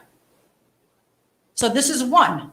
Now, I also am going to, in regard to the so-called Sherman property, at the last meeting, I stated that I have not gotten copies of the permits from the New Jersey Department of Environmental Protection for that project on Block 86, Lot 21. I know, Deputy Mayor Delcourt, you're looking at Attorney Willard. Attorney Willard gave me papers, and I said, is the flood hazard area permit part of this? And Attorney Willard stated, look at it. Well, I looked at it, and no, there was no permit for a flood hazard area. So that property has been cleared. Trees have been taken down, vegetation's taken down. That property is bordered by the Royce Brook. For this last storm, Ida, that brook was a raging river. Now you want to not only that the trees and vegetation have been destroyed and cleared out of there, now that's going to be covered with impervious surface. What's going to happen? That brook is going to rage right through Manville and destroy all of Manville and also other parts of Hillsborough. So these developments that you're allowing developers to build because you're afraid that they may come in, other developers are going to come in and do what they want. They're already doing what they want. Campus Associates was approved. That's a flood hazard area. Where are the permits from the New Jersey Department of Environmental Protection for the individual permits, and also for the flood hazard, not for individual, for the freshwater wetlands permits and for the flood hazard area permits? Because right now I don't see permits for the Sherman property development that's being done by RPM Development LLC. So right now, without those permits, they are in violation of the Freshwater Wetlands Protection Act, and they're in violation of the Flood Hazard Area Control Act. Now there's another development, JSM at Hillsborough LLC, that also requires permits, also requires I believe, a flood hazard area permit. Every development that's being called affordable housing has to be passed because it's affordable housing. Each one of them, that property has either wetlands on it or some kind of contamination or some kind of issues. JSM has contamination and flood problems. The Glengarry has some kind of special conditions that need to be dealt with. And all of this is being passed in the name of affordable housing. And those are properties that shouldn't be built on, that have situations where they should not be built on. And so they get a zone change specific to those properties. So what's going on? So I think maybe maybe this should become on the national arena and should be shown what's going on over here, because the flooding is not going to get any better. Things are bad already in this development. Now you're going to put in campus and you're going to put more flooding. And one of the ordinance says, the judge said, you can't ask about the 42-inch. An ordinance says you can't ask about the 42-inch pipe in regard to the stormwater management. What is that? And you are very responsible for all of this. Anyone else?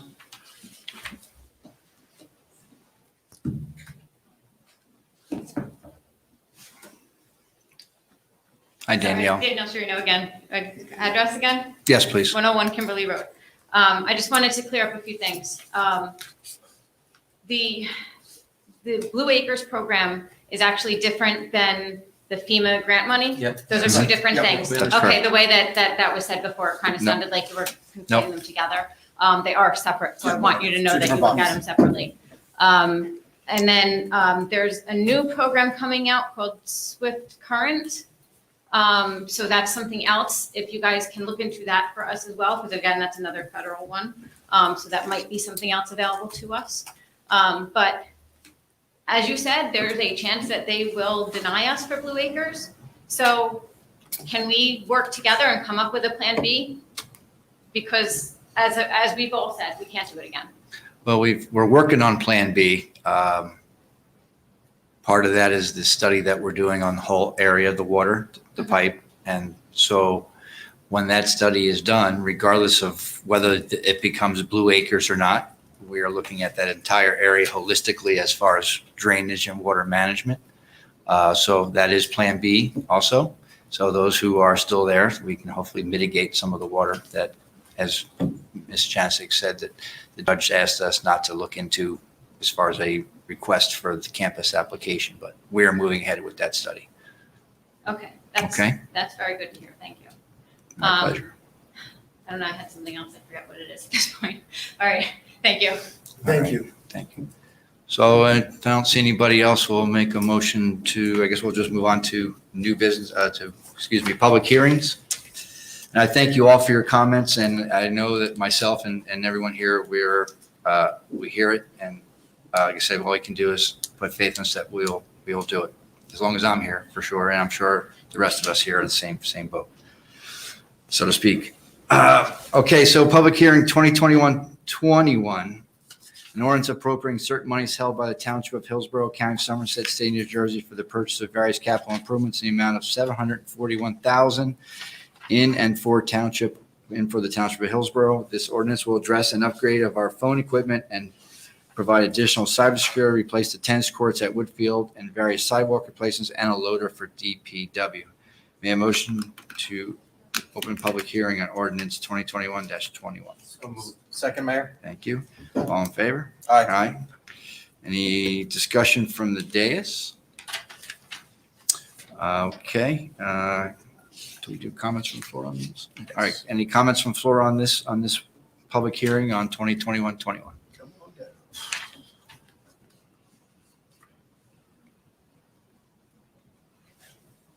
Maria Janusik, 720 East Frank Avenue, Manville, New Jersey. Yes.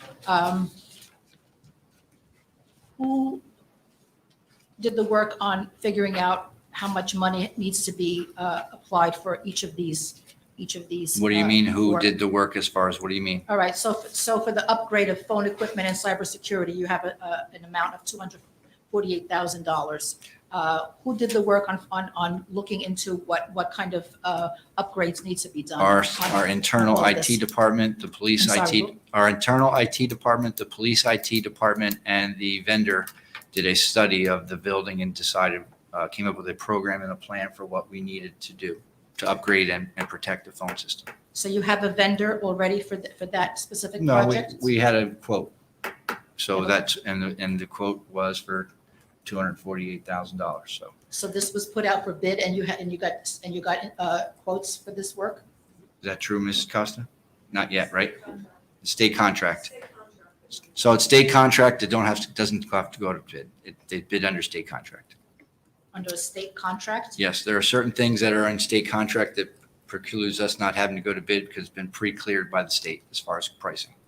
Does that apply to all four of these? No. Each one's different. So, all right, so for now, the Woodfield tennis courts, Woodfield is a development of single-family homes, or what type of development is that? Across the street. It's right over here. Tennis courts are literally catty corner to on Amwell Road. It's a public park. So that's a public park, Yes. okay. And so who did the estimating for the cost of? We had 3 vendors give us estimates on that repair. So that was already put out for bid? Well, Wouldn't be a bid. Ms. Costa, you want to come up and maybe?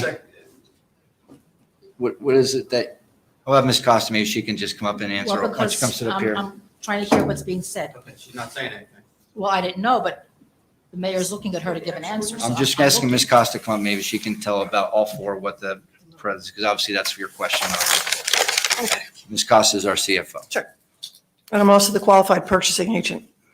The Woodfield tennis courts were researched by the director of Parks and Recreation as well as the assistant director. And they looked into what needed to be done and got an estimated cost for that. That will go out for bid if necessary. The sidewalk replacements, we put $75,000 per year out in the capital ordinance. That will go out for bid in the spring by our engineering to fix some sidewalks that are determined to be deteriorated in the township. That we do every year. Correct. And the wheel loader will go out for bid. It's $253,000 that will go out to bid. After this ordinance has been adopted, then we move on with the process of purchasing what is being allowed per the ordinance. So nothing has been purchased, nothing has been happening yet until this is passed tonight, and then we move forward. Okay, well, that's what I wanted to understand was where you got these totals, where you got these amounts from for Right. each individual project. In order to do a capital ordinance, we have to research. Each department does their own research and comes up with the best cost that they believe. And then we go out to bid afterwards. If we go out to bid for something and it comes in over the cost, we either find more money for it or we go back to the drawing board and change our bid so that we can stay within the parameters of this capital ordinance.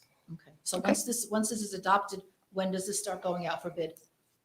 As soon as I get the bid specifications ready to go, I'll put it on the website and advertise it in the local newspaper. Shortly after. Right. Shortly. Absolutely. Within after the estoppel period and after the legal things that need to be done after this is adopted, probably 3 weeks out from now, we'll begin bidding these. Okay, all right, thank you. You're very welcome. Any other questions from the floor? Okay. Motion to close and I'll make a motion. thank you, Jeff. Second. Close and adopt, right? And adopt. Okay, second? Second. Roll call, please. Thank you, Ms. Costa. You're very welcome. Committeewoman Erickson? Yes. Committeeman Thompson? Yes. Committeeman Wright? Yes. Deputy Mayor Delacqua? Yes. Mayor LaPlante? Yes. Introduction of new ordinances, 2021-23, an ordinance authorizing the sale of block 14202, lot 18, Hillsborough, Somerset County, New Jersey, to Key Hall Realty LLC. Further consideration on this ordinance and public hearing will be held on December 14th of 2021. I made motion to introduce ordinance. So moved. Second. Second. Roll call, please. Committeewoman Erickson? Yes. Committeeman Thompson? Yes. Committeeman Wright? Yes. Deputy Mayor Delacqua? Yes. Mayor LaPlante? Yes. Next on our consent agenda, we have 12 consent agendas, 12 items on the consent agenda, excuse me. Anyone wishing to take any of these resolutions separately? Mayor, given what we kind of talked about with the residents here and the issues around the FEMA process, perhaps it makes sense to just take number 11 separately. Okay, so we'll have a motion to take 11 separately out of the consent agenda. Second. I make Okay. that motion. And a I'll second, okay. I second. We need Mayor's all in favor? Motion. Aye? Okay. So we'll take number 11 as a separate consent agenda. So then we'll make a motion to approve and adopt motion. I think you need to open. Just open to public on number 11. Any questions on? Yeah, just as we talked about As separate. earlier, I mean, the process here is to, that this will award the contract for the property inspections and will allow us to then use those for the FEMA substantial damage estimate reports. So just want to make sure everyone's clear. This is on the agenda. We're moving forward with it.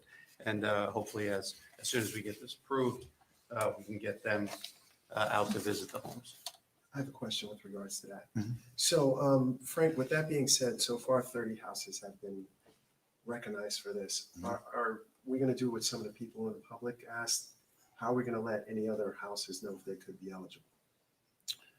Well, I think we already have essentially a contact list of the homes that have been damaged. There should be a way for us to We don't have to communicate the process legally- to them. I think there are some requirements around, sort of the extent of the damage. Not to say there aren't a 51. lot of homes with That's right. significant damage, but I think there are some limitations to who the engineers will go out and go visit. But we can certainly make sure that anyone that thinks they may be qualifying for FEMA, that we can at least get a cursory inspection done. Thank you. And I think based on my conversation with Mr. Bellinger, we're not even so sure the 30 homes that are identified, if all those people want to participate. Yeah. But at least Yeah, we're giving. but they have we're the trying to option. include them, we're trying to include them all so they would have the option. Right. Correct. Right. Now, does that also help with Blue Acres? Because I know one is one entity, but say these 30 houses, they all have 51 plus. It puts the damage on record. Okay. So essentially, which part of I'm this? assuming it can't hurt. Right. I don't think it necessarily applies to the same process, but it certainly, having that information, I would think would be helpful for Blue Acres process. Okay. Thank you. Any other questions from the public on this? Just on this particular, just on this consent only, on number 11 only?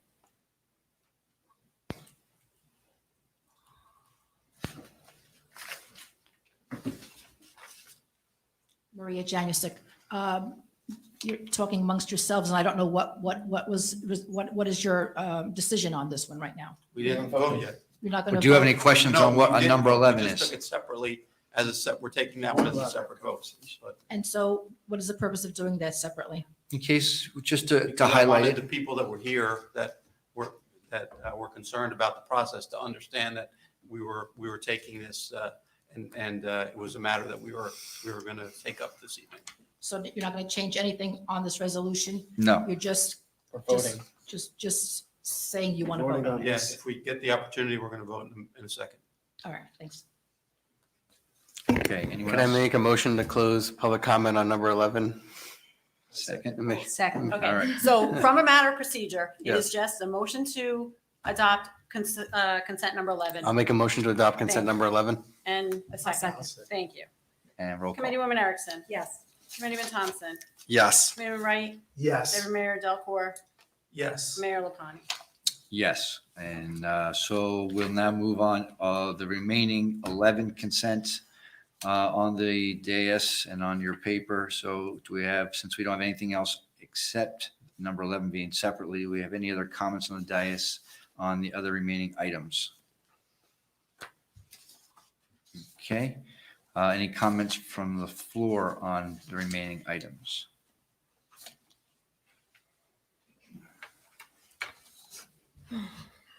Maria Janusik, consent number 1,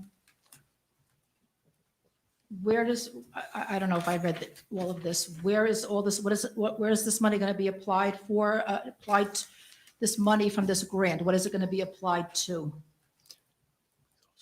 It is a grant that we get traditionally from the state for the police department that is used for different programs throughout the police department, whether it be community policing or other programs that they need to have that money for.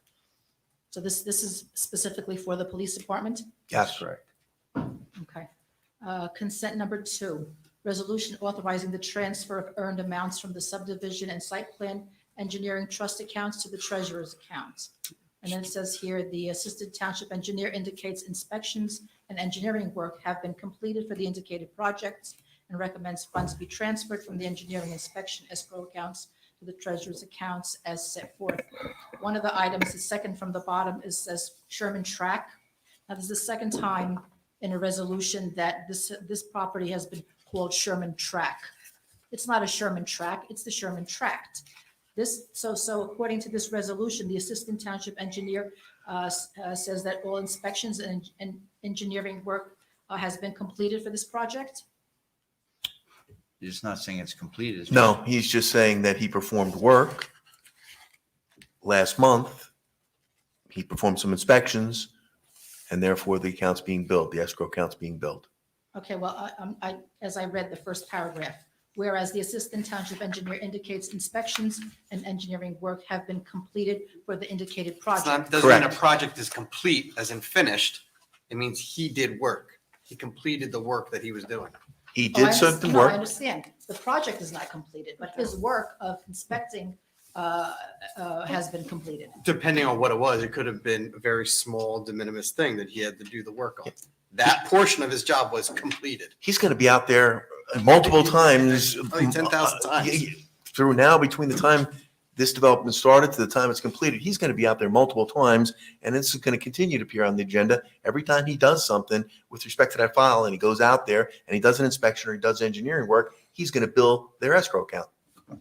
Okay, so this project is going forward, and yet there are no permits from the New Jersey Department of Environmental. That's according to you. That is not true. That's according to you, Ms. And you know that's Jensen. not true because we gave you one last No, time. no. Yes. No, Miss Yes. Attorney Willard gave me. Hold on, papers hold on. No, I gotta may interject. May I finish? No, let me Then you can finish. say Let me no, finish, and you can say no. whatever you At want. the last meeting, you gave me Yeah. a batch of papers. You said, here, this is what you wanted. And I said, is the flood hazard area control permit here? And you said, look at the papers. Okay. It was not. Ms. And there- Jensen. And there is another permit that also is not there. And the permit, the paperwork you gave me, the permit mentioned 3 permits that are for under a half acre of property, not for that entire project. So how is this project going forward without those, without those? And you keep telling me I got them.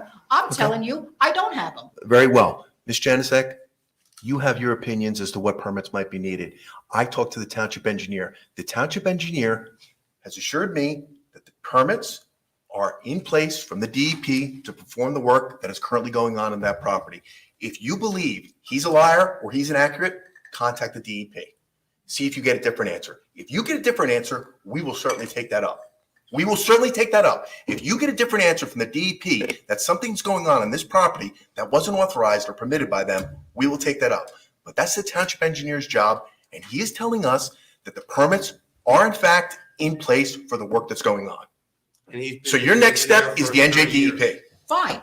Please go there. Because you're telling me that's my opinion. I received legal notification stating that they're applying for four permits. Again, for the if you Freshwater think- Wetlands Protection Act and for the flood hazard area. Again, if you Act. think that And work I is going have on not- at that I have property. not been The given conversation them, has so nothing I to am do with telling this you that they have resolution. not. Okay, Yes, again, if you think work is going on. I'm telling you, I don't have them. Okay, if you think work is going on that property that is not authorized by the DEP, please contact the DEP. I can only take the word of the township attorney. If the township attorney tells me he's reviewed it, they have the permits, and they can do the work that they're doing right there, What you're I saying, trust. township attorney. No, the township engineer. If he tells me that these permits are in place and the work that's going on is pursuant to those permits, I trust him. If you don't, contact the DEP, and if they tell us something different, we will definitely take action. Okay, and I'm just stating, from the paperwork that you gave me, there was no permit for the flood hazard area. And I asked you specifically, and you said, look at the papers. Okay. You didn't tell me it's there. You said, look at the papers, and I looked at the papers, and the flood hazard area permit was not there. Did you go to the township engineer? Okay, Is there anything else that are? Okay, I want to go, I want to continue. Okay? So, I Ms. just stated Janusik, I didn't get that. the resolution number 2 is the same resolution we have every meeting, and the answer is always the same. So I don't know why you constantly, so it's work done by our engineers that we have to pay the bills. So it is not unlike that we've had in meetings prior and meetings going forward. It is basically us paying the bills or billing those people we did work for. So I don't know what the big question is. It's the same answer every time you come up. I'm reading what the resolution states, and so I have questions in regard to this resolution. It said here, the township engineer indicates, so that was my question. Now also Gateway Phase 7, how many phases are there? Has nothing to do with this Has nothing to do with resolution. this. It's basically work being done right now. It doesn't have to do with anything about how many future phases there are. Okay. Consent number 3. What is the time frame for these bids? When does this start? When does it close for the bids for all of these positions? This is for our qualified for. Resolution authorizing the township qualified. Right, so we purchasing start agent accepting requests. bids and then it'll be opened and read. I'm sorry, when does it This start? process is usually undertaken Every now, year. between now and mid-December.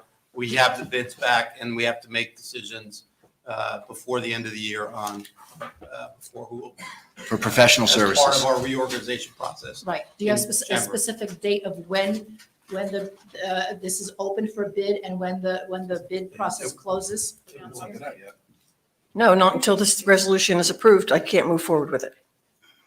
Right, but this resolution should state when. It's basically allowing us to No, do the this. resolution is giving me permission to go out to do the bids. It doesn't, Okay. that's all it Okay? is. And then- Once I've got that, when I have that approval, then I will create the bids, get them approved by the township committee, put them on the township website with an opening date. So when this is approved, within what timeframe are you going to open the bid process? We have to It develop all has to this. be done by the end of the year. That's the only requirement we have. By December 31st? Correct. Correct. I see here that it also mentions the planning board attorney. On All the attorneys are on the under, previous reorganization minutes from the meeting, it didn't give the name of the planning board. The planning board attorney was not mentioned in those minutes. Because the planning board attorney is awarded at the planning board meeting, not at the reorganization meeting.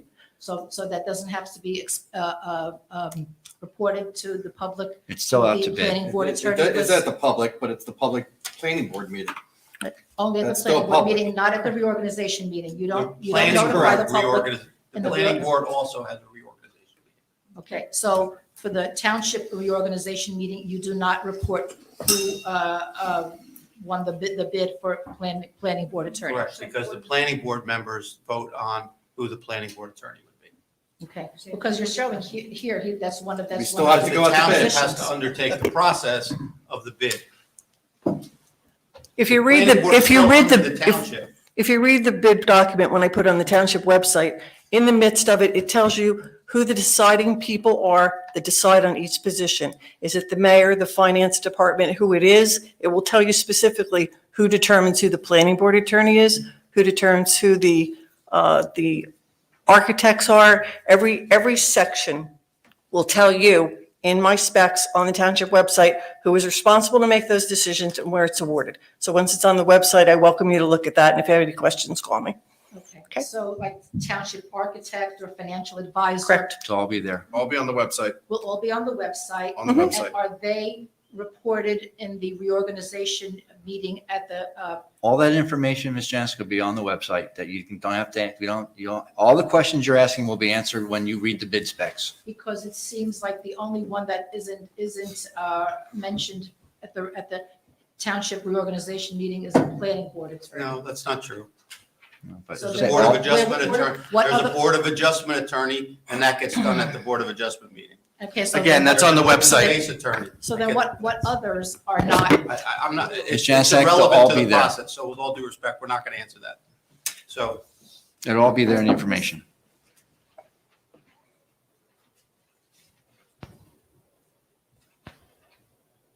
Next question, please. Time. You're about, Consent number 7, resolution awarding contract to Top Line Construction Corporation for Amsterdam Drive Phase 1 resurfacing project. mhm. Okay, so,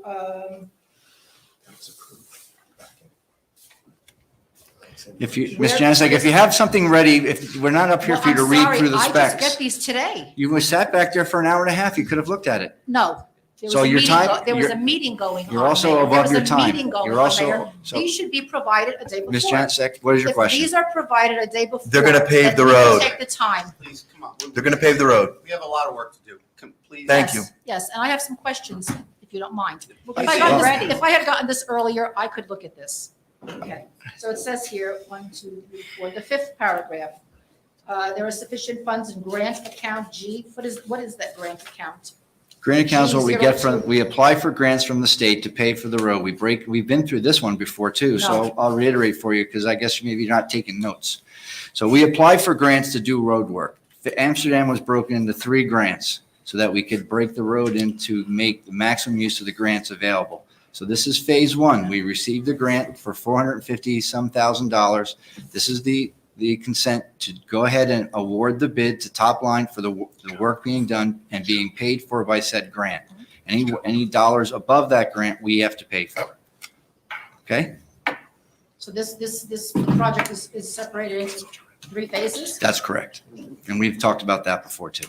Well, I don't spend every moment. Well, maybe you should take reading- notes so that reading next time about you'll know this. what it is. Excuse me? So take notes, so next time we're on phase 2, you'll remember.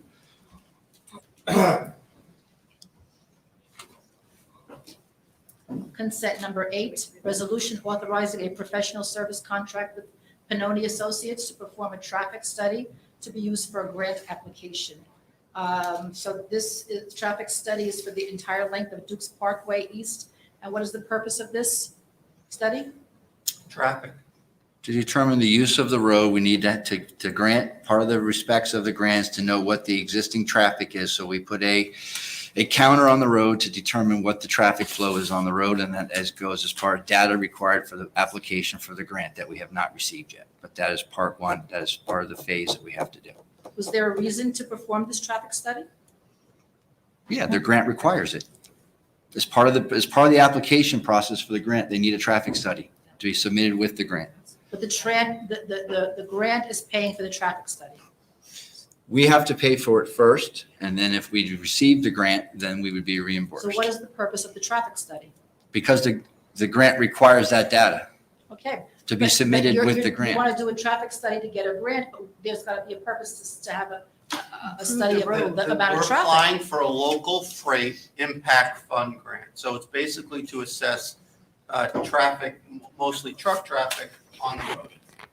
Local freight, so is that supposed to be for additional traffic on that road, or, I mean, what is? It's for doing road improvements if they determine that the road requires it. I'm sorry, what? Okay. But essentially, we have to do that study as part of the grant requirement. But it's like a What about it? catch-22, you're doing the study to get the grant, but the grant is to do the study. No. No, the grant is not to do the study. The grant's to do the work, to do the repairs or the upgrades, Oh, so you're gonna do repairs on that road? possibly, and upgrades, yes. We gotta see if we get a grant. Because that's what I'm trying to find out, what's. Well, that's essentially what it says in the letter, but, okay. Okay, consent number 9. Resolution authorizing release of development review escrow for Amwell Commons project. Mayor, just if I may interrupt for a second, before we move on from consent number 8, it should read Dukes Parkway West. Is that what you're saying? You can speak, It's Dukes Parkway West. Sure, so Yeah. I didn't want to interrupt Ms. It- Jensen. It's Duke Parkway. That resolution should read Duke Parkway West. Okay, thank you. Yep. Go ahead, Ms. Jansen, go ahead. You wanted to talk about another resolution? Probably the next one in line, number 9? Consent number 9, Sure. resolution authorizing release of development review escrow for Amwell Commons project 15 PB09 MSRV/SR. So this is for Amwell Commons project, that number. Where is this Amwell Commons? It doesn't give a location of this, what this is. Resolutions aren't required to. It's basically releasing funds that they're entitled to for after performing requirements that the engineering department believes need, so. Well, this is very ambiguous when you're saying project. How can we from the public know what project 15 PB09 MSRV/SR is? What is that project? The Amwell Commons Project, RPM Development. Is what? It's Corporal Langan Way. I'm sorry, what? It's the Amwell Commons Project, RPM Development. It's off of Amwell Road and Langwin Way, block 163.05, lot 101.01.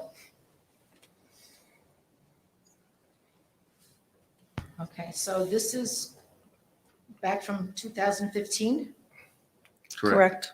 Okay, so why is money being released 6 years The project is later? completed. That's the remaining escrow. That's the last bit. If you read item 2, according to I recommend Township Committee take action to release $500, 509.07 of the remaining escrows posted plus secured interest at time, and the account should be closed. So therefore, it is over. Could you please repeat again, what is the block and lot for this?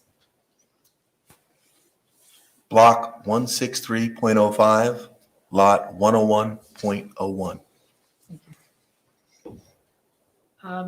Consent number 10, resolution appointing Bob Britting to the vacant position of alternate 1 on the Hillsborough Board of Adjustment with an unexpired term ending December 31, 2021. Is he replacing someone? Someone recused himself from the board. This fills an open seat. So what is the open, who is the board member who is It doesn't vacating or matter. recusing. It doesn't matter. He just decided he couldn't make it. He couldn't make the meetings on time all the time. So instead of being absent, he realized it. And we asked that for board members who can't make the meetings consistently So this to was, resign. this was a prior board member, and you're saying it's not important to know who this It's person not, is? it's not important to know who the member is. Excuse me, Mayor, I'd like to make a motion to adopt a consent agenda. Do we have a second? Excuse Because you're just going through things to ask questions that really, you're just wasting the time of the No, board. no, We've asked for 5 minutes. We've asked if you could keep This it is to a- 5 This minutes. was This a is board a- member this guy who is was getting- making decisions. He's And now also he is non-paid. vacating his seat. He resigned. I would like to know who the board member is who resigned. What is wrong with asking that and giving that answer? It's not, It's not, it doesn't the matter. resolution is addressing who's being The appointed. person actually resigned a not while who's ago. resigning. Okay. So we're filling He was it. a board member. Who So was the board member? I'm who sure you was could figure it resigning? out if you look at the Alternate number one. alternate number one. Figure out who it was. Oh, I have to figure it out myself? I'm sure you could. I believe I made a motion. I second it. Thank you. We have a motion and a second. Do we have a roll call to adopt? I would like to know also if you're going to be opening to the public the claims list. Thank you. We always. Do we have? We always do. Do we have? We vote yes. Committeewoman Erickson. Yes. Committeewoman Thompson. Yes. Committeewoman Wright. Yes. Deputy Mayor Delport. Yes. And Mayor LaFawn. Yes.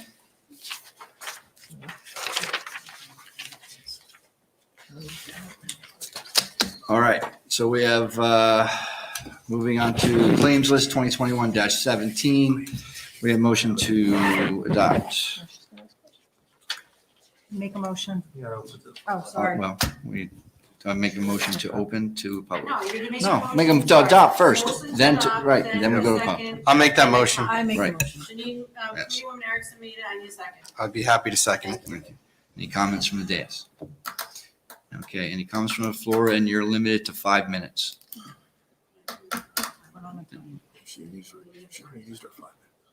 Maria Janusik.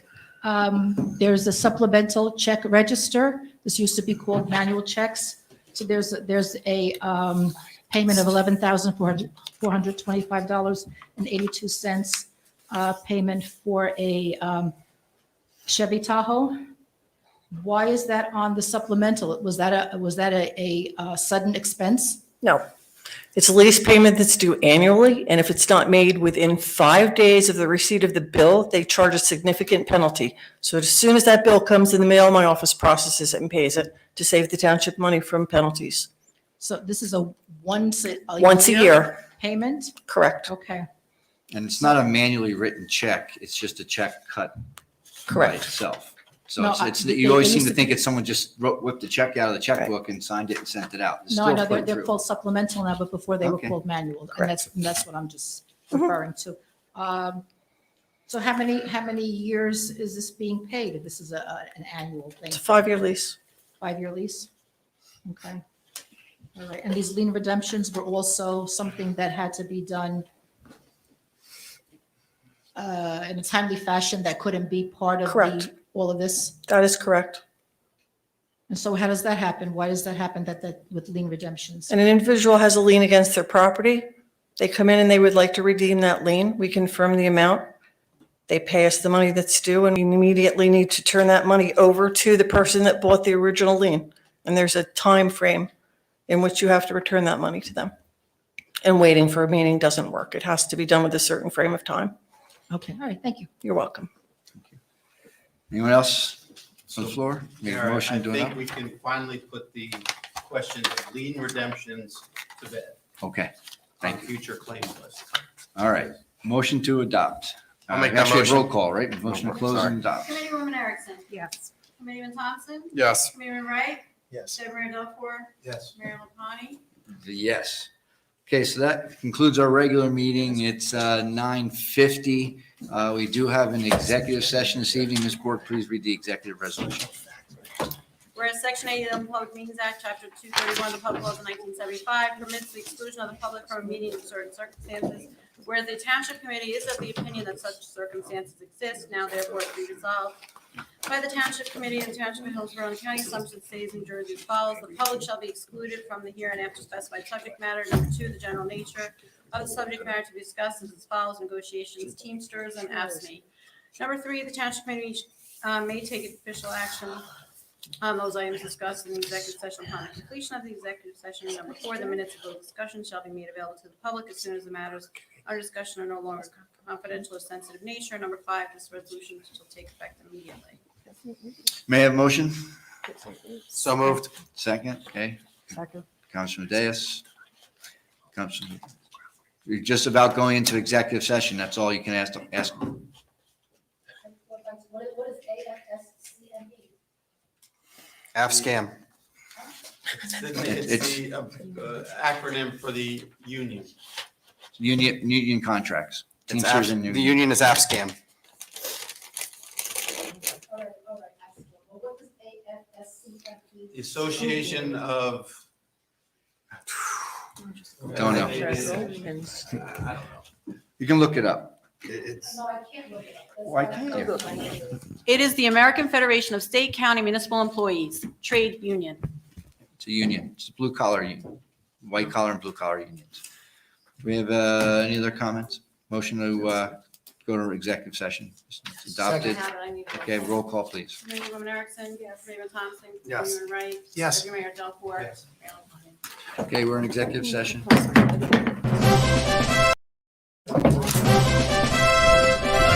Hillsborough, New Jersey, celebrating 250 years of a rich history. Hi, I'm Mayor Sean Lapani, and I'm proud to showcase Hillsborough, one of the best places to live in America. From the preserved farms that help feed the world, to the Vanderveer House, to the John R. Stott's house, restored and currently utilized for business, to the magnificent and world-famous Duke Farms, Where you can walk or ride a bike through their historic grounds.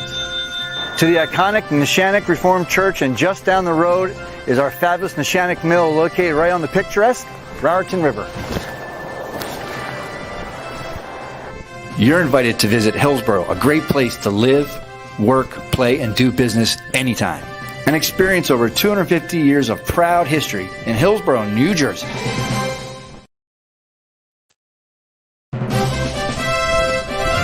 Hillsborough, New Jersey, celebrating 250 years of a rich history. Hi, I'm Mayor Sean Lapani, and I'm proud to showcase Hillsborough, one of the best places to live in America.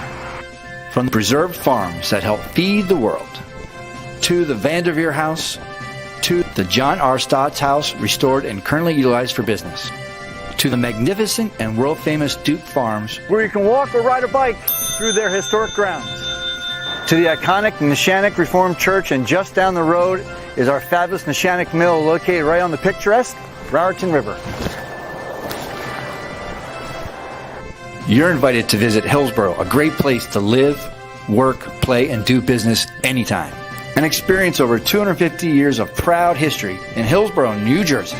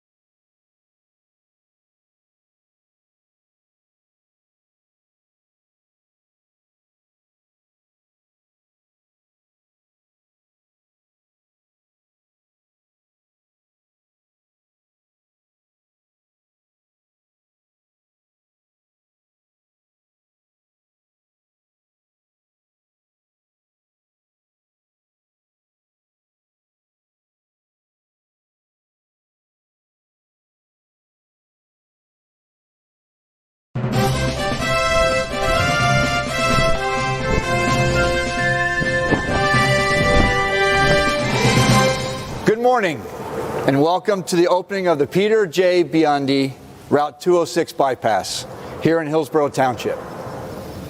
Thank you for joining us here today for this very much anticipated event here. Can't think of one that we've been waiting for longer. As we open the remaining sections of this vital roadway, which has been named in memory of the late Assemblyman Peter J. Biandi. This roadway will officially open for traffic on Saturday, June 5th. I'm joined here today by my colleagues, the Hillsborough Township Committee, Deputy Mayor Frank Delcor, Committeeman Doug Thompson, Committeewoman Janine Erickson, and Committeeman Jeffrey Wright. I would also like to thank this opportunity to introduce some other guests here this morning.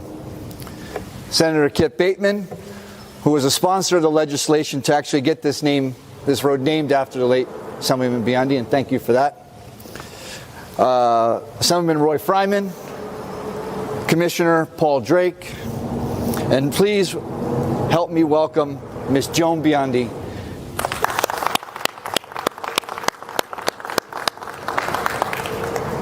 Thank you for being here today on this historic day for Hillsborough Township. The late Assemblyman Peter J. Biandi was a pillar in our community for over 35 years. As a result of time serving the community as a member of the Township Committee, Mayor, Freeholder, and Assemblyman, he was often referred to as Mr. Hillsborough. During his entire tenure in public life, he remained committed to the betterment of Hillsborough. His tireless dedication and support of Hillsborough was unwavering, hence why in 2013, this roadway was officially named after Peter J. Biandi. The bypass is a vital part of Hillsborough's economic development. Not only will the bypass lessen congestion and traffic along the existing 206, but will also serve as the impetus for a future town center that is envisioned in our township master plan. This long-awaited and much-anticipated vision is now a reality. Originally considered in the early 1970s as the Hillsborough Township began to develop, unfortunately it remained only a concept until the early 2000s. In August 2010, Township, local, and state officials broke ground to officially start the construction of the bypass at midsection, similar to where we're standing right now. We thank past and current state administrators for their diligence in seeing this project through. This portion will shift traffic on the new 3.6-mile section of US 206 to the east of the existing highway between Mountain View Road and Old Somerville Road, creating the opportunity for further development of the town center along the current 206. The project limits are from Mountain View Road to Hillsborough Road on the southern end, and from Amwell Road, Somerset County Road 514, to Old Somerville Road on the northern end. To the north, the widening will continue until the final phase is complete. We have looked forward to this day, and we now look forward to the development of our downtown Hillsborough Main Street vision. Please stay tuned as we continue to grow and improve and remain as one of the best places to live and work in America. Again, thank you all for being here this morning. We will now have the official ribbon cutting, and that will conclude our ceremony. And again, thank you to our honored guests who are here today, and Ms. Joan Biandi, and thank you very much.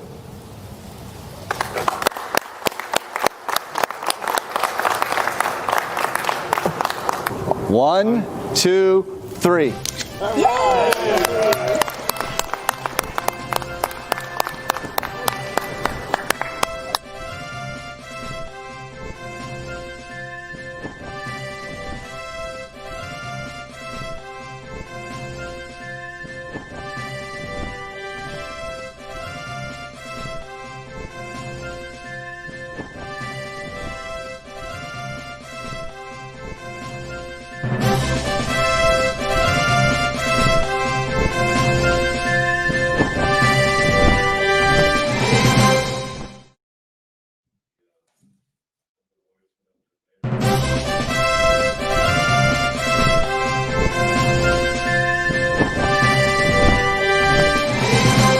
Good morning, and welcome to the opening of the Peter J. Biandi Route 206 bypass here in Hillsborough Township. Thank you for joining us here today for this very much anticipated event here. Can't think of one that we've been waiting for longer.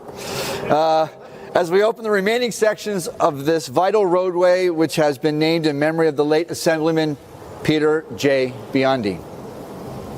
This roadway will officially open for traffic on Saturday, June 5th. I'm joined here today by my colleagues, the Hillsborough Township Committee, Deputy Mayor Frank Delcor, Committeeman Doug Thompson, Committeewoman Janine Erickson, and Committeeman Jeffrey Wright. I would also like to thank this opportunity to introduce some other guests here this morning. Senator Kip Bateman, who was a sponsor of the legislation to actually get this road named after the late Assemblyman Biandi, and thank you for that. Assemblyman Roy Fryman, Commissioner Paul Drake, and please help me welcome Ms. Joan Biandi.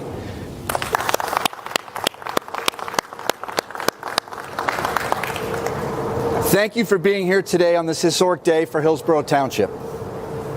The late Assemblyman Peter J. Biandi was a pillar in our community for over 35 years. As a result of time serving the community as a member of the Township Committee, Mayor, Freeholder, and Assemblyman, he was often referred to as Mr. Hillsborough. During his entire tenure in public life, he remained committed to the betterment of Hillsborough. His tireless dedication and support of Hillsborough was unwavering, hence why in 2013 this roadway was officially named after Peter J. Biandi. The bypass is a vital part of Hillsborough's economic development. Not only will the bypass lessen congestion and traffic along the existing 206, but will also serve as the impetus for a future town center that is envisioned in our township master plan. This long-awaited and much-anticipated vision is now a reality. Originally considered in the early 1970s as the Hillsborough Township began to develop, unfortunately it remained only a concept until the early 2000s. In August 2010, Township, local, and state officials broke ground to officially start the construction of the bypass at midsection, similar to where we're standing right now. We thank past and current state administrators for their diligence in seeing this project through. This portion will shift traffic on the new 3.6-mile section of US 206 to the east of the existing highway between Mountain View Road and Old Somerville Road, creating the opportunity for further development of the town center along the current 206. The project limits are from Mountain View Road to Hillsborough Road on the southern end, and from Animal Road, Somerset County Road 514, to Old Somerville Road on the northern end. To the north, the widening will continue until the final phase is complete. We have looked forward to this day, and we now look forward to the development of our downtown Hillsborough Main Street vision. Please stay tuned as we continue to grow and improve and remain as one of the best places to live and work in America. Again, thank you all for being here this morning. We will now have the official ribbon cutting, and that will conclude our ceremony. And again, thank you to our honored guests who are here today, and Ms. Joan Biandi, and thank you very much.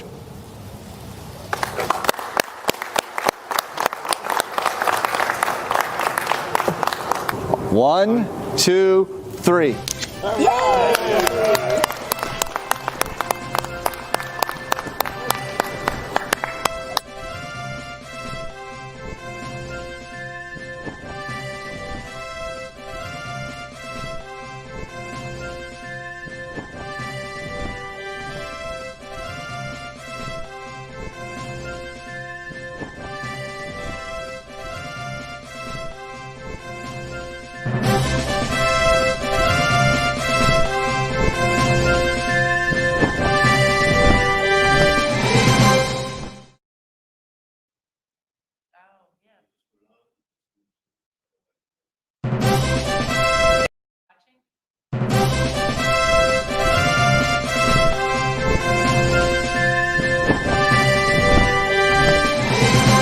Good morning, and welcome to the opening of the Peter J. Biandi Route 206 bypass here in Hillsborough Township. Thank you for joining us here today for this very much anticipated event here. Can't think of one that we've been waiting for longer. As we open the remaining sections of this vital roadway, which has been named in memory of the late Assemblyman Peter J. Biandi. This roadway will officially open for traffic on Saturday, June 5th. I'm joined here today by my colleagues, the Hillsborough Township Committee, Deputy Mayor Frank Delcor, Committeeman Doug Thompson, Committeewoman Janine Erickson, and Committeeman Jeffrey Wright. I would also like to thank this opportunity to introduce some other guests here this morning.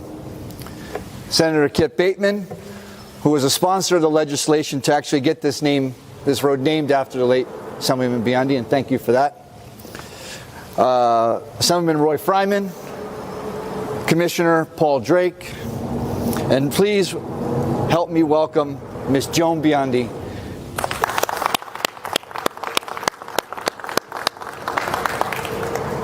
Thank you for being here today on this historic executive session. So moved. Have a second? Second. All in favor? Aye.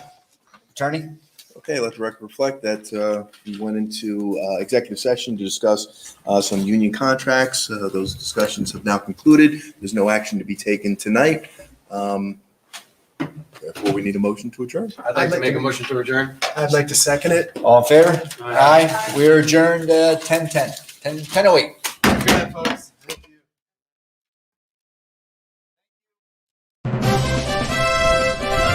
Hillsborough, New Jersey, celebrating 250 years of a rich history. Hi, I'm Mayor Sean Lapani, and I'm proud to showcase Hillsborough, one of the best places to live in America. From the preserved farms that help feed the world, to the Vanderveer House, to the John R. Stott's house, restored and currently utilized for business, to the magnificent and world-famous Duke Farms, Where you can walk or ride a bike through their historic grounds. To the iconic Neshannock Reformed Church, and just down the road is our fabulous Neshannock Mill, located right on the picturesque Raritan River. you're invited to visit Hillsborough, a great place to live, work, play, and do business anytime. And experience over 250 years of proud history in Hillsborough, New Jersey.